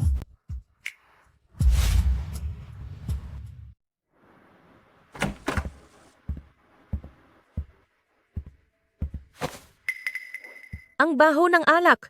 Ano bang nangyari sa iyo? Papa, nakita ko si Mommy sa balita kanina na nagkakat ng ribbon sa hotel. Napakaganda niya talaga. Nasaan si Mommy? Papa, bakit hindi mo isinama pa uwi si Mommy? Busy si Mommy sa trabaho niya. Papa, si Mommy ay ang tagapaglutong mesa, di ba? Ang dati kong paboritong bahay na gawa sa candy ay gawa niya. Tingnan mo, napakaganda talaga nito. Nanalo pa nga ito ng international award. Gusto ko sanang turuan din ako ni Mami na gumawa nito. Yian. Hindi na kailanman babalik ang mama mo. Tapos na kami. Si Mucheng ay ang tagapaglutong May. Sa pala, bakit hindi niya sinabi sa atin ang ganito kahalagang bagay? Itinuturing ba niya ang angkan ng Lu bilang sarili niyang pamilya? Walang modo. Wala siyang ginawang mali. Lola, huwag kang magsalita ng ganyan. Si Mommy ay isang magaling na kusinera. Siya ang pinakamahusay na Chinong tagaluto sa buong mundo. At siya rin ang pinakamagaling na mangkukulam sa pang-aakit ng mga tao. Tingin ko sa inyong dalawa, nabulag na kayo sa kanya. Ayusin mo na agad ang mga dokumento sa diborsyo. Nako, huwag mo nang hintayin na madamay pa ang angkan ng Lu. Diborsyo? Papa, makikipaghiwalay ka na ba ng tuluyan kay Mommy? Yian. Ang bagay na ito ay ipapaliwanag ko rin sa iyo balang araw. Ayaw kong makinig. Ayaw kong makinig. Ayaw ko na siyang makita kailanman. Yian. Galit lang ang bata, hayaan mo siyang maglabas ng sama ng loob. Pagkatapos matulog, makakalimutan na niya ang lahat. Ikaw, tapusin mo na agad ang kasunduan sa diborsyo. Noong una, kung hindi lang dahil sa huling hiling ng lolo mo bago siya mamatay, hindi ka sana nagmadali na humanap ng kung sinong masunurin lang. Mabuti ngang nagdiborsyo na kayo ngayon, napakaraming magagandang babae ang gustong magpakasal sa angkan ng Lu. Tamang-tama na ngayon, ay makakahanap ka na ng bago. Ma, si Mucheng ang aking legal na asawa na si Mrs. Lu. Si Mucheng ang pinakasalan ko ng marangal at siya si Mrs. Lu. Huwag mo na siyang maliitin. Ginoong Lu Sunfeng. Tingin ko ay lasing na lasing ka na talaga. Kailan ko ba siya minalit? Hay naku. Exun Feng.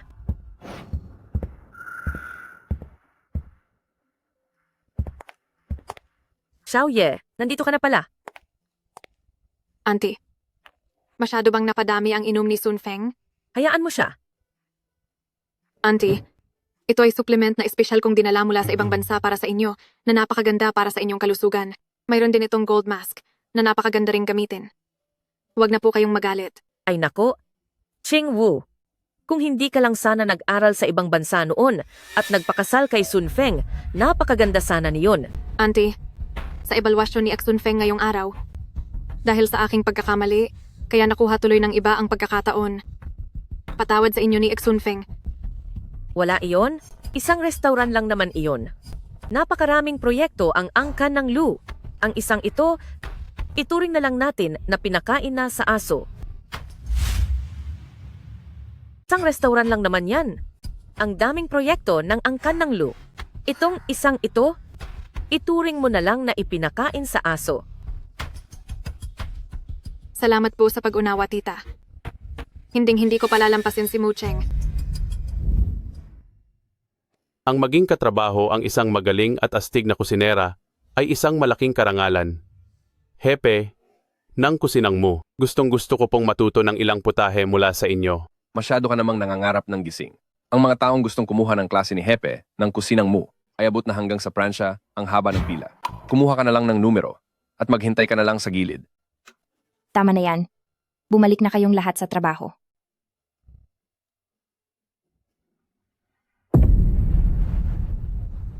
Tawagin niyo agad ang hepe ng kusinang Munyo at harapin ako sa isang laban.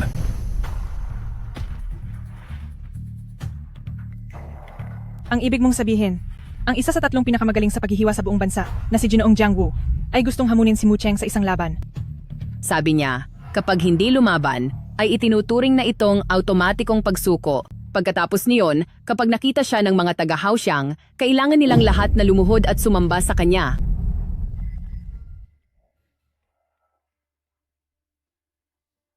Hoy, Ate Chingwu, dumating na ang pagkakataon nating makapaghiganti. Hindi ko hahayaang sirain niya ang mga plano mo.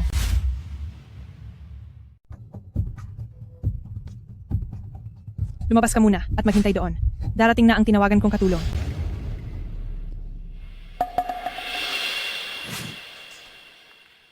Hepe ng kusinang Mu. Sabi ng lobby manager. May mga bagong dating na sariwang Australian lobster. Pinapatingnan niya sa iyo. Sige.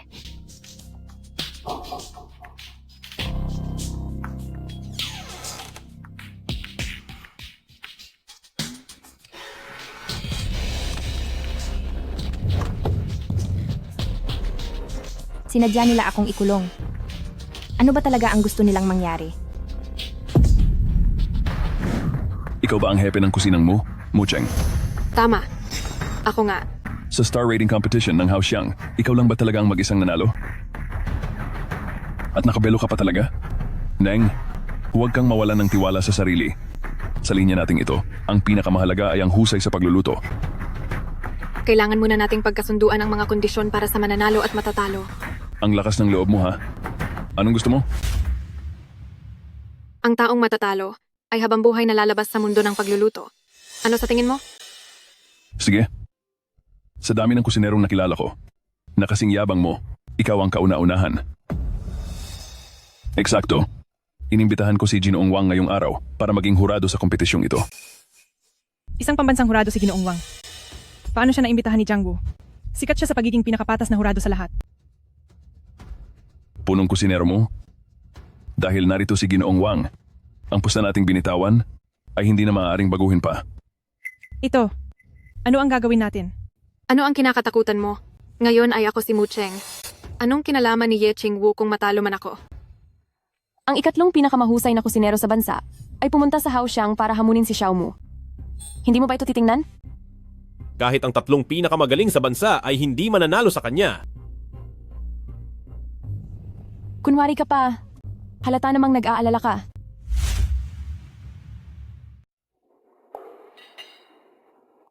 Hepe ng kusinang mo, 2 labanos lang ba ito? Baka naman ang putahing ito ay may itinatago pang malaking sikreto? Sa katunggaling tulad mo, hindi pa kailangan ng Mu Cheng ko na. Ilabas ang pinakamahusay na luto. Mu Cheng, wala kang kahit katiting na respeto sa iyong kalaban.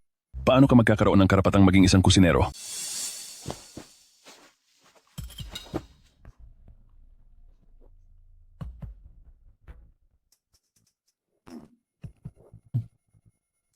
Ginoong Jiang Wu, 2 linggo tayong hindi nagkita. Lalong humusay ang iyong galing sa pagluluto. Malaki ang tiwala ko sa iyong ranggo bilang kusinero ngayong taon na maging numero 1.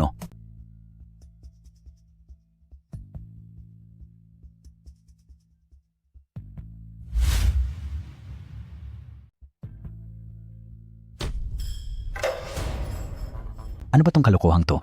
Napakasama ng lasa, gusto ko nang tumawag ng pulis. Mu Cheng, hindi kailangan ng industriyang ito ang basurang gaya mo. Mu Cheng, ngayon sira na ang reputasyon mo.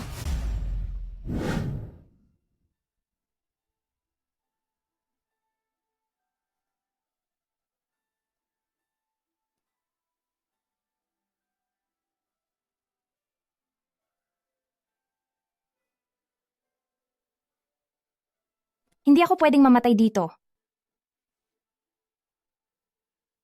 Nagsisimula pa lang ang pangarap ko. Kapag nalaman niyang patay na ako, magiging malungkot siya siguro.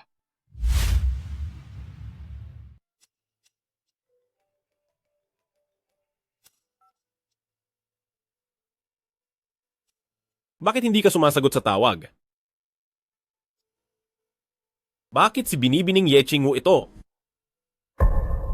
Magpadala ka agad ng lahat ng tao para hanapin si Mu Cheng. Sa bawat sulok ng Haoxiang, huwag kayong magtitira ng kahit ano. Bilisan nyo!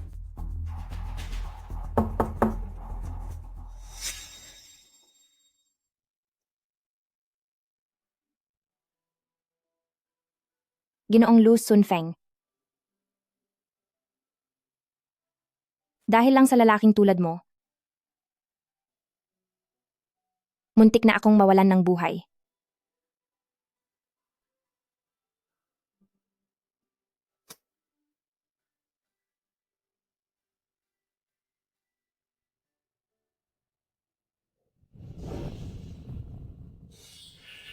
Ang lakas ng loob mong kalabanin si Binibining Yeching Wu, agawin ang lalaki niya, at agawin ang kanyang star rating. Mu Cheng, nararapat ka lang mamatay doon sa loob. Nasaan si Mu Cheng? Siya, hindi ba siya nasa lobby at nakikipaglaban sa iba? Alam mo ba ang magiging resulta ng pagpanlinlang sa akin kung ano ito? Alam mo ba kung ano ang magiging kapalit ng pagtatangka mong linlangin ako? Talagang, hindi ako ang may gawa niyan. Inutusan lang ako ni Binibining Yeching Wu. May utang kasi ako sa kanya. Wala akong magagawa kundi sundin siya. Patawad, pero hindi talaga ako ang gumawa niyan. Kaya tatanungin kita sa huling pagkakataon. Nasaan si Mu Cheng? Nasa loob siya.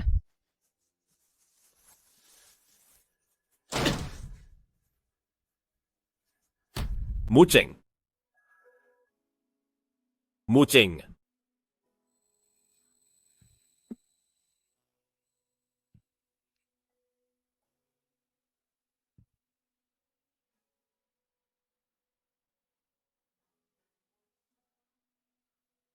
Jingshuan.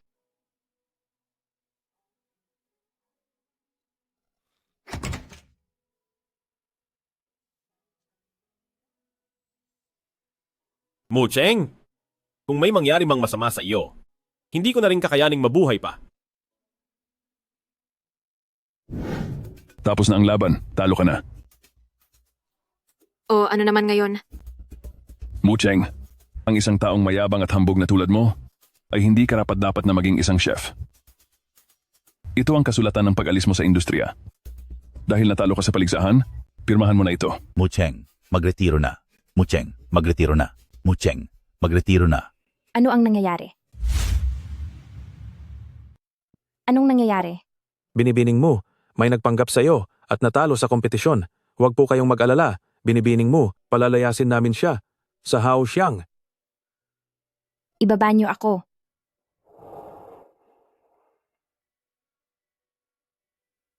Papatunayan ko ang aking sariling dangal. Hindi ko kailanman hahayaang sirain ng iba ang aking pangalan ng ganyan. Kahit na ganito, tingin ko pa rin ay napaka-cute mo. Paano kung hindi ako pipirma? Ano naman ang magagawa niyo? Kalokohan. Mu Cheng. Talaga namang wala ka nang natitirang kahihiyan. Kung hindi ka pipirma, makikipagtulungan ako sa lahat ng malalaking asosasyon ng mga kusinero sa bansa para tanggalin ka sa industriyang ito. Sira na ang reputasyon ni Mu Cheng ngayon. Kung lalaki pa ang gulo, malamang ay mabubuking ako nito. Sige, pumapayag na ako. Sandali lang. Wala kang karapatang pumirma para sa akin. Naku, ang batang iyon na si Kian Kian, hindi man lang niya nagawa ng maayos ang maliit na bagay na ito. Dahil natalo ka sa kompetisyon, dapat lang napirmahan mo ang iyong sariling pangalan ng maayos. Dahil natalo si Mu Cheng sa kompetisyon, dapat siyang tumanggap ng pagkatalo at pumirma. Pero hindi naman. Nakipagkompetisyon si Mu Cheng sa iyo. Bakit kailangang pumirma? Anong sinabi mo? Ang iyong pangalan? Huli ka na dumating. Kung matalino ka ay tumakas ka na agad. Ang ginagawa mo? Napakawalang hiya mo. Sino ba talaga ang walang hiya sa ating dalawa? Nagnakaw ka ng pagkatao ko. Ginawa mong biro ang laban. Ikaw iyon, di ba? Binibining Yeching Wu. Anong pinagsasabi mo? Hindi ba't dahil takot kayong masira ang reputasyon ng Haoxiang, kaya inimbita ako ng kusinero niyo na pumalit sa iyo? Sa salad na labanos pa lang na ito, kahit ang mangmang ay makikita na, wala kang balak na maganda. Ikaw pala si Mucheng. Isang peke ang taong ito. Chef Jiang, kung maaari, makipaglaban po ako sa inyo muli. Huwag na. Ang antas ng inyong hausyang ay nakita ko na. Kahit ikaw pa mismo ang pumunta rito, hindi na kailangan makipaglaban muli. Hindi pwedeng masira ang Haoxiang ng dahil dito. Dahil ito ang restaurant na pinaghirapan ni Xie Jingxuan. Sandali lang po. Kayo ba ang isa sa 3 pinakamagaling na kusinero sa bansa? Si Ginoong Jiang Wu? Talagang may kakayahan po kayo. Kaya ba kayo sumuko sa laban? Dahil takot kayo sa akin? Ako? Takot sa'yo? Sige. Lalabanan kita muli para makita kung gaano ka talaga kagaling. Bakit ka nagyayabang? Hindi ka na makakatawa maya-maya lang. Sa tingin ko kay Mucheng, wala naman siyang binatbat. Mas mabuti pang hintayin na lang natin si Kuya Jiang na manalong muli.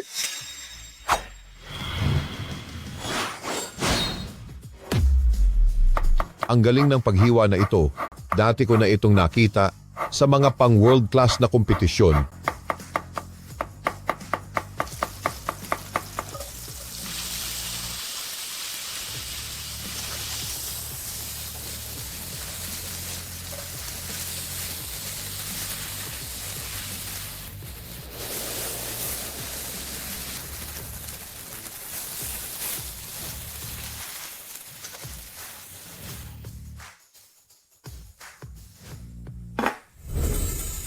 Tapos na. Ayos na.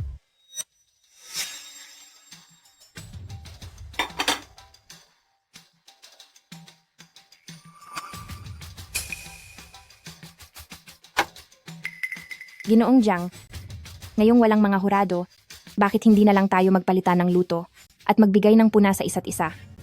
Ang sinumang aamin sa pagkatalo ay kusang susuko.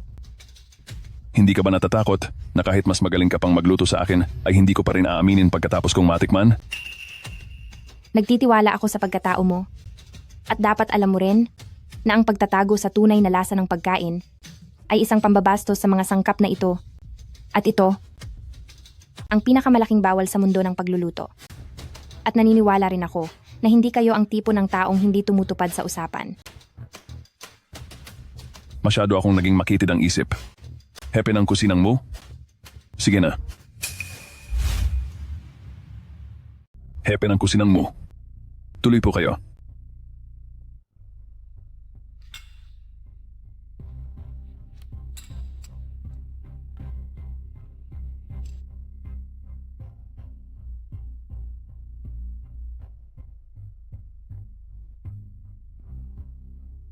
Itong nilagang tokwa na may lamang dagat ay malambot at masarap, nananatili ang sarap sa bibig. Ginoong Jiang Wu, tunay kang pinakamagaling na tagapagluto sa bansa. Pero ano? Dinagdagan mo ang dami ng tubig, kaya naman ang damong dagat ay naging malambot at hindi na malutong. Ito ang naging pagkakamali sa putahing ito. Ikaw, Talaga bang nalaman mo agad ng ganoon kadali ang mga pagkukulang sa luto ko? Ano? Nananatili ang kalidad kahit matagal. Luto na pero hindi durog. Napakahalaga rin ng tekstura ng masarap na pagkain. Sige po.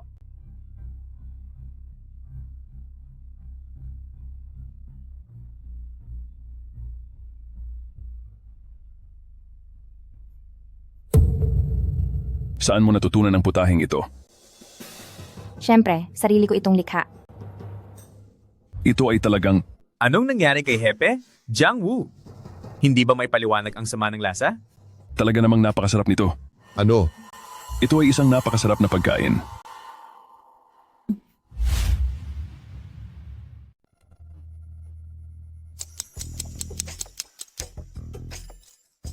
Napakasarap nito. Ang ganito kasarap na nilagang baka sa toyo. Nakikita ko lang ito sa mga world-class na dokumentaryo. Hindi ko akalaing ngayong araw, magkakaroon ako ng pagkakataong matikman ito. Sa labanang ito ngayong araw, tinatanggap ko ang aking pagkatalo. Nanalo ka. Ikinagagalak ko rin na makatunggali ang isang eksperto na katulad ninyo. Happy ng kusinang mo, talagang napakalawak ng iyong pananaw. Maraming salamat sa iyong paggabay. Inaasahan ko ang muli nating pagkikita sa rurok ng tagumpay. Oo.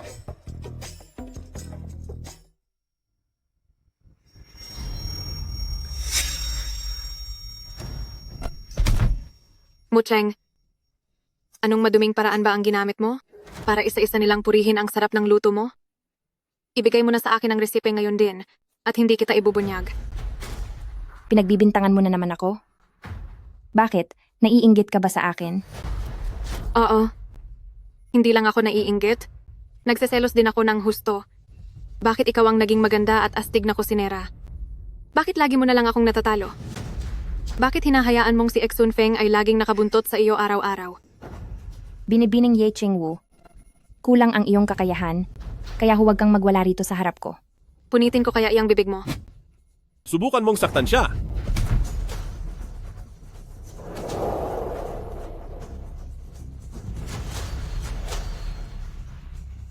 Mucheng, humanda ka sa akin, hayop ka. Tito, bakit mo niloko si Ate Ganda? Isa kang mahirap na lalaki. Mucheng, dapat ba akong maghintay na maalala mo ako? O dapat na ba akong sumuko? Ate Ganda, uminom ka na ng tubig. Salamat, Jojo. Paano mo ako papasalamatan, Ate Ganda? Mana ka talaga sa tito mo. Ano ba ang gusto mong pasasalamat mula sa akin, Jojo? Ate Ganda, pwede mo ba akong dalhin sa World of Fun para maglaro? Zozo, kakagising lang ni Ate Ganda? Huwag mo muna siyang istorbohin. Walang problema, Jojo. Sasama ako sa iyo. Sa wakas, natapos ko na ang misyon ko.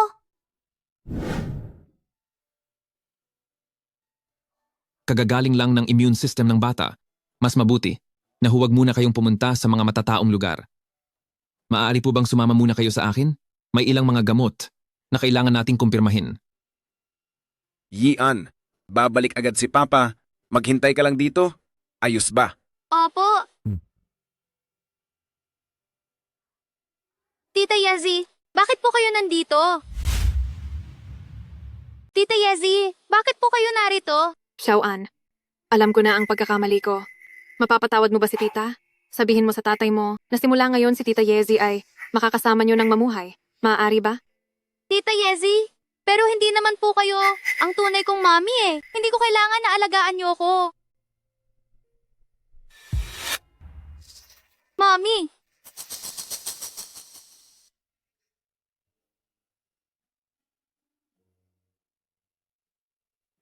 Jingshuan. Zozo, Nandito na tayo sa Happy World. Tara na. tara na. Xiaoan, ang mami mo ay sasama. Sa ibang batang ligaw para maglaro, gusto mo bang bawiin ang mami mo? May sasabihin akong magandang paraan sa iyo. Maya-maya, pumunta ka na doon.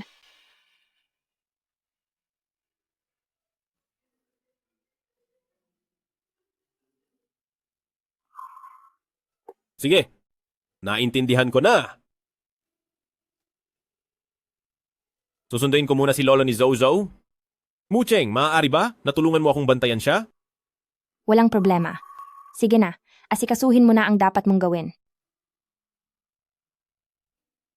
Magandang ate. Gusto ko pong uminom ng juice.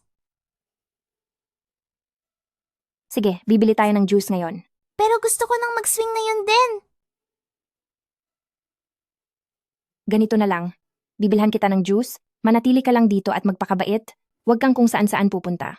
Apo. Ganito na lang. Ibibili kita ng juice. Maging mabait ka lang dito. Huwag kang kung saan-saan pupunta.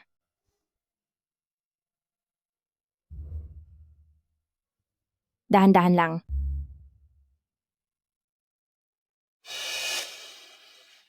Yian, kung wala lang ang maliit na bastardo na ito, ang mami mo ay sa tabi mo lang sana palagi. Opo.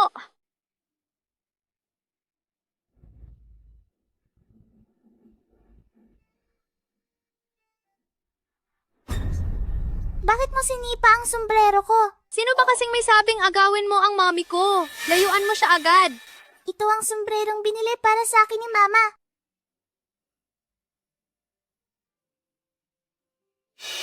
Hindi maaari. Sabi ni Mami, ayaw niya sa batang nambubuli ng ibang bata. Talagang wala kang silbi. Kahit ito lang ay hindi mo magawa ng maayos.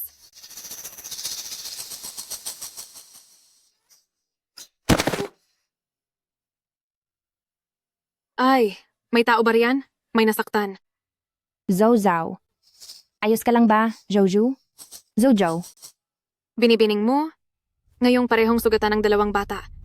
Sino ang uunahin mong tulungan? Ang maliit na bastardo o ang sarili mong anak? Uunahin muna kitang ipadala sa kabilang buhay. Patayin kita. Mucheng, nababaliw ka na ba? Ang lakas ng loob mong itulak ako. Binibining Ye Qingwu. Sinasabi ko sa'yo, kapag may nangyaring masama sa bata, pagbabayarin kita ng libo-libong beses. Huwag kang manisi ng basta-basta. Silang dalawa ang aksidenteng natumba. Anong nangyayari? Sun Feng, gusto ko lang sanang ilabas si Xiao An para makapagpahinga. Hindi ko akalain na itong si binibining mo ay bigla na lang akong itinulak. Nasugatan pa ang kamay ko. Itong tita na to ang tumulak sa amin, kaya siya nasipa. Puti nga sa kanya. Tumahimik ka. Sun Feng, kung hindi ka naniniwala, maaari mong tanungin si Xiao An. Xiao An, mabait kang bata, sabihin mo sa lahat. Ako ba ang nagpahamak sa inyo? Ako? Hindi ako itinulak ni Tita Yezi. Narinig mo ba? Nagawa pang makipag-away sa akin ni binibining mo para lang sa kaniyang anak sa labas. Sun Feng, magpulis na tayo. Masamang tao. Huwag niyo kaming apihin. Kayo ang pinakamasamang sinungaling. Ang lakas ng loob mong magsalita ng ganyan batang ligaw. Tuturuan kita ng leksyon. Tigil. Anak sa labas na nga nagagawa pang magmura. Tingnan mo, tuturuan talaga kita ng leksyon. Itigil mo iyan. Tingnan natin kung sinong mangangahas na magparusa sa harap ko. Isang bata mula sa pamilyang Xie. Sherry, bakit ka nandito? Anak mo ba siya? Hemp, akala mo ba lahat ay katulad mo, na laging nakabantay sa anak ng iba? Sila, ang pamilyang Si, mula sa grupo ng Yuhai. Grupo ng Yuhai? Iyon ba ang pamilyang Sie, nakabilang sa 10 pinakamayayaman sa buong mundo? Binibining Ye Qingwu, sabihin mo sa lahat, ano ba ang dahilan kung bakit mo sila hinuhuli? Ate, itinulak ni Mucheng ang bata mula sa mataas na lugar. Isa itong krimen. Sinasabi mong sinadya ito, pero mayroon ka bang ebidensya? Tagapamahalang eksye. Nandoon ako sa mismong pinangyarihan kanina at maaari ko itong patunayan. Senyorito, eto po ang lahat ng kuha ng CCTV sa amusement park.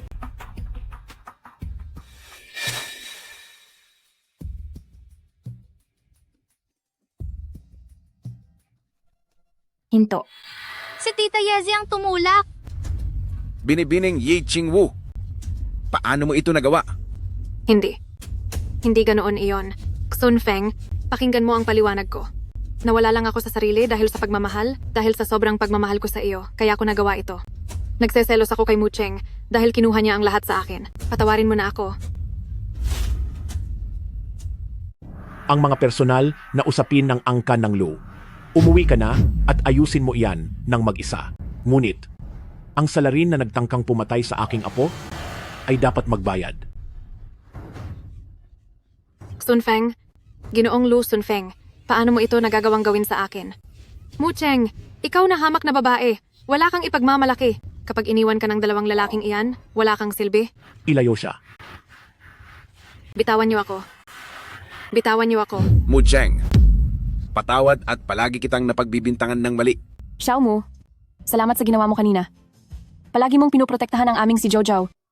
Mamaya ay sumama ka sa pamilyang Xie para maghapunan. Magandang ate, uwi na po tayo. Mucheng, mali ang naging hinala ko sa iyo. Ngayong malinaw na ang lahat, bumalik na tayo sa dati. Hindi na tayo makakabalik pa. Ginoong Lu Sun Feng, palayain na natin ang isa't isa at bumalik na tayo sa kani-kaniyang buhay.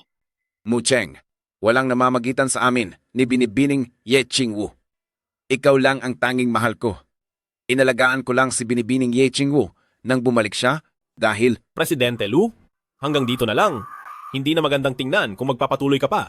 Dahil iniligtas ni Tito Ye ang buhay ni Yian noon, kaya kailangan kong tumanaw ng utang na loob.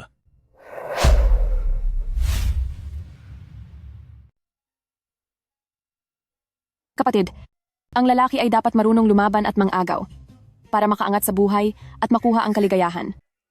Iuwi mo na lang si Xiao munang mag-isa. Noong kapapanganak pa lang kay Yian, muntik na siyang masaktan ng isang baliw na nanggugulo sa ospital.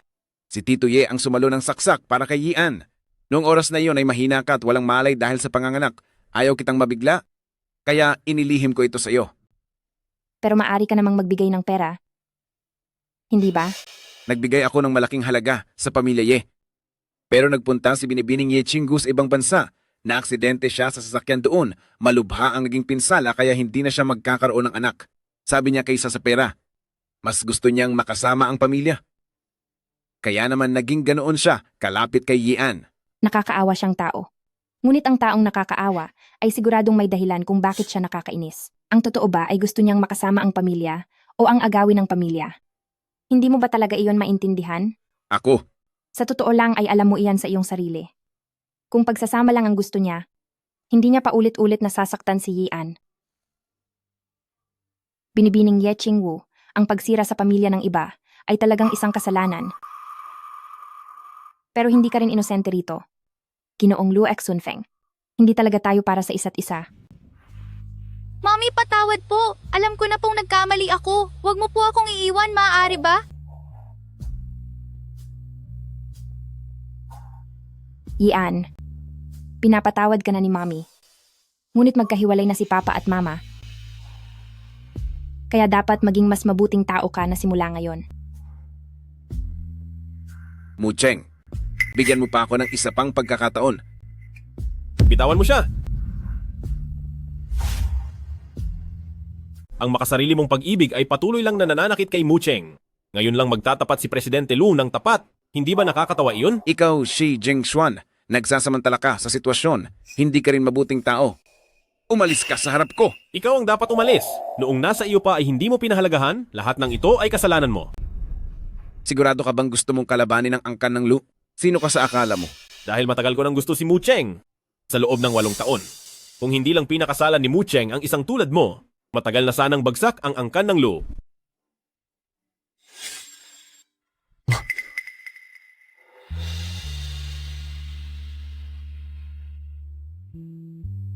Pasensya na. Balak ko sanang sabihin sa iyo ito sa mas formal na paraan. Ayaw kong maging ganito kabigla.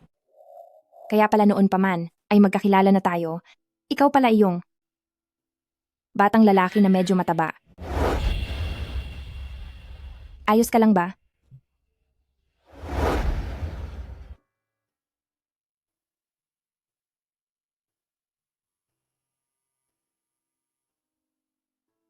Ito ba ang kinuha mong litrato? Naiinis ka ba na palihim kitang kinuna ng litrato? Hindi naman. Nararamdaman ko lang din ang nararamdaman mo. Pareho lang tayong tanga. Kaya? Mula pa ba noong panahong iyon nagsimula ang pagkagusto mo sa akin? Oo. Mahal kita mula noong unang pagkikita pa lang natin. Dahil sa pag-aalala ko sa aking katawan, kaya nag-alinlangan ako. Sa paghihintay na ito, 8 taon akong naghintay ng may pagtitiis. Ikaw? Hinihintay ko lang na maalala mo ako. Ayokong makita kang magulo ang buhay sa marangyang pamilya, kaya itinago ko ang tunay kong pagkatao.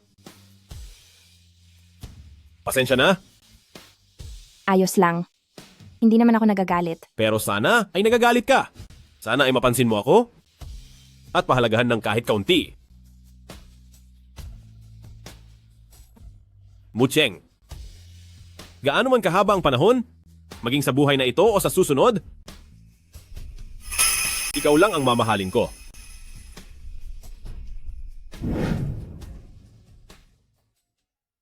Papa, kasalanan ko ang lahat, kaya nadismaya si Mama.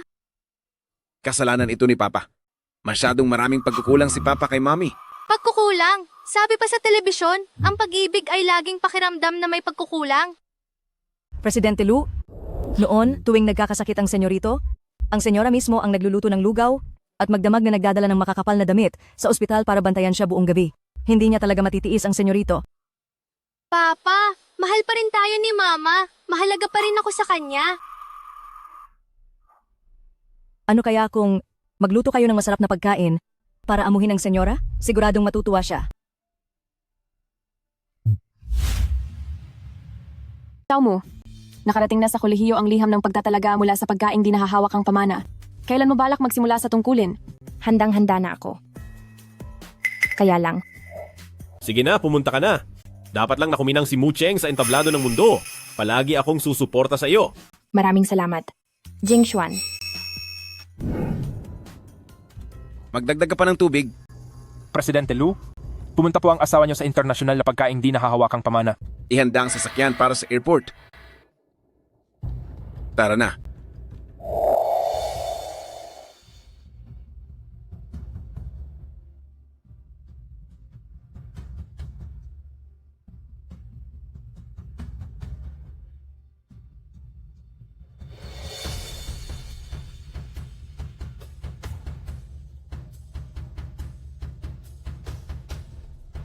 Mu Cheng,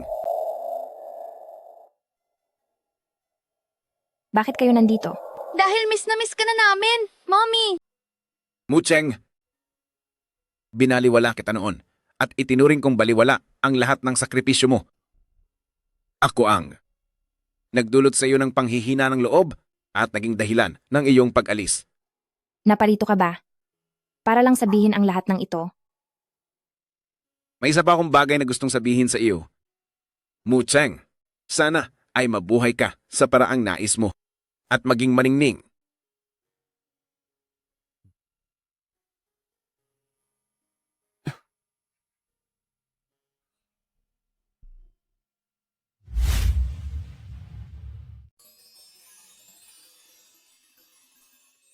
Mu Cheng, Jing Xuan. Jing Xuan, ito ang aking pag-ibig para sa iyo at ang aking buong katapatan.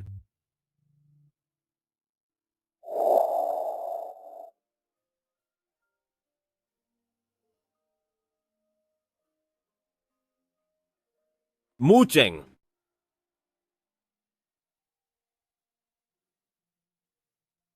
ikaw ang kulay kahel na liwanag na matagal nang nanahan sa loob ng puso ko. Taglay mo ang bango at sigla ng isang dalandan na nagpapaibig sa akin ng husto. Papa, bakit kung kailan nasa harapan lang natin si Mami, ay sinasama mo ako palayo? Yan, magpakabait ka. Nakita mo rin naman kung gaano kahusay ang mami mo. Ngayon lang naintindihan ni Papa na noong nakaraan, bilang isang asawa at bilang isang mami, ay hindi siya kasing ganda ng kaniyang anyo ngayon bilang si Mu Cheng. Pero, Yian, naka-move on na si mami kay daddy. Kahit pa si daddy, ay hindi na siya mapipigilan.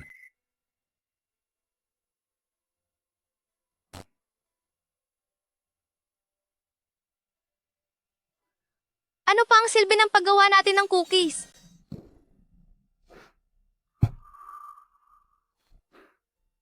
Ang magiging ako ay hindi lang isang maganda at astig na kusinera, kundi ang tanging asawa ni Ginoong Lu Sunfeng. Siya ay matagal nang pinag-isipan ng ating kinabukasan. Ako ang tanging minamahal ni Mu Cheng.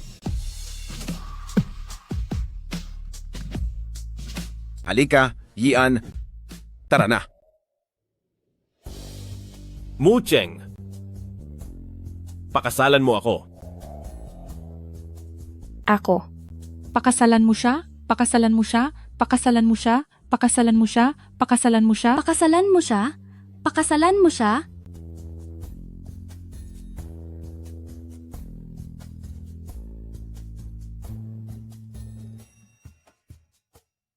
Mommy! Mami, huwag kang pumayag sa kanya. Sandali lang. Mu Cheng, huwag kang magpakasal sa kanya.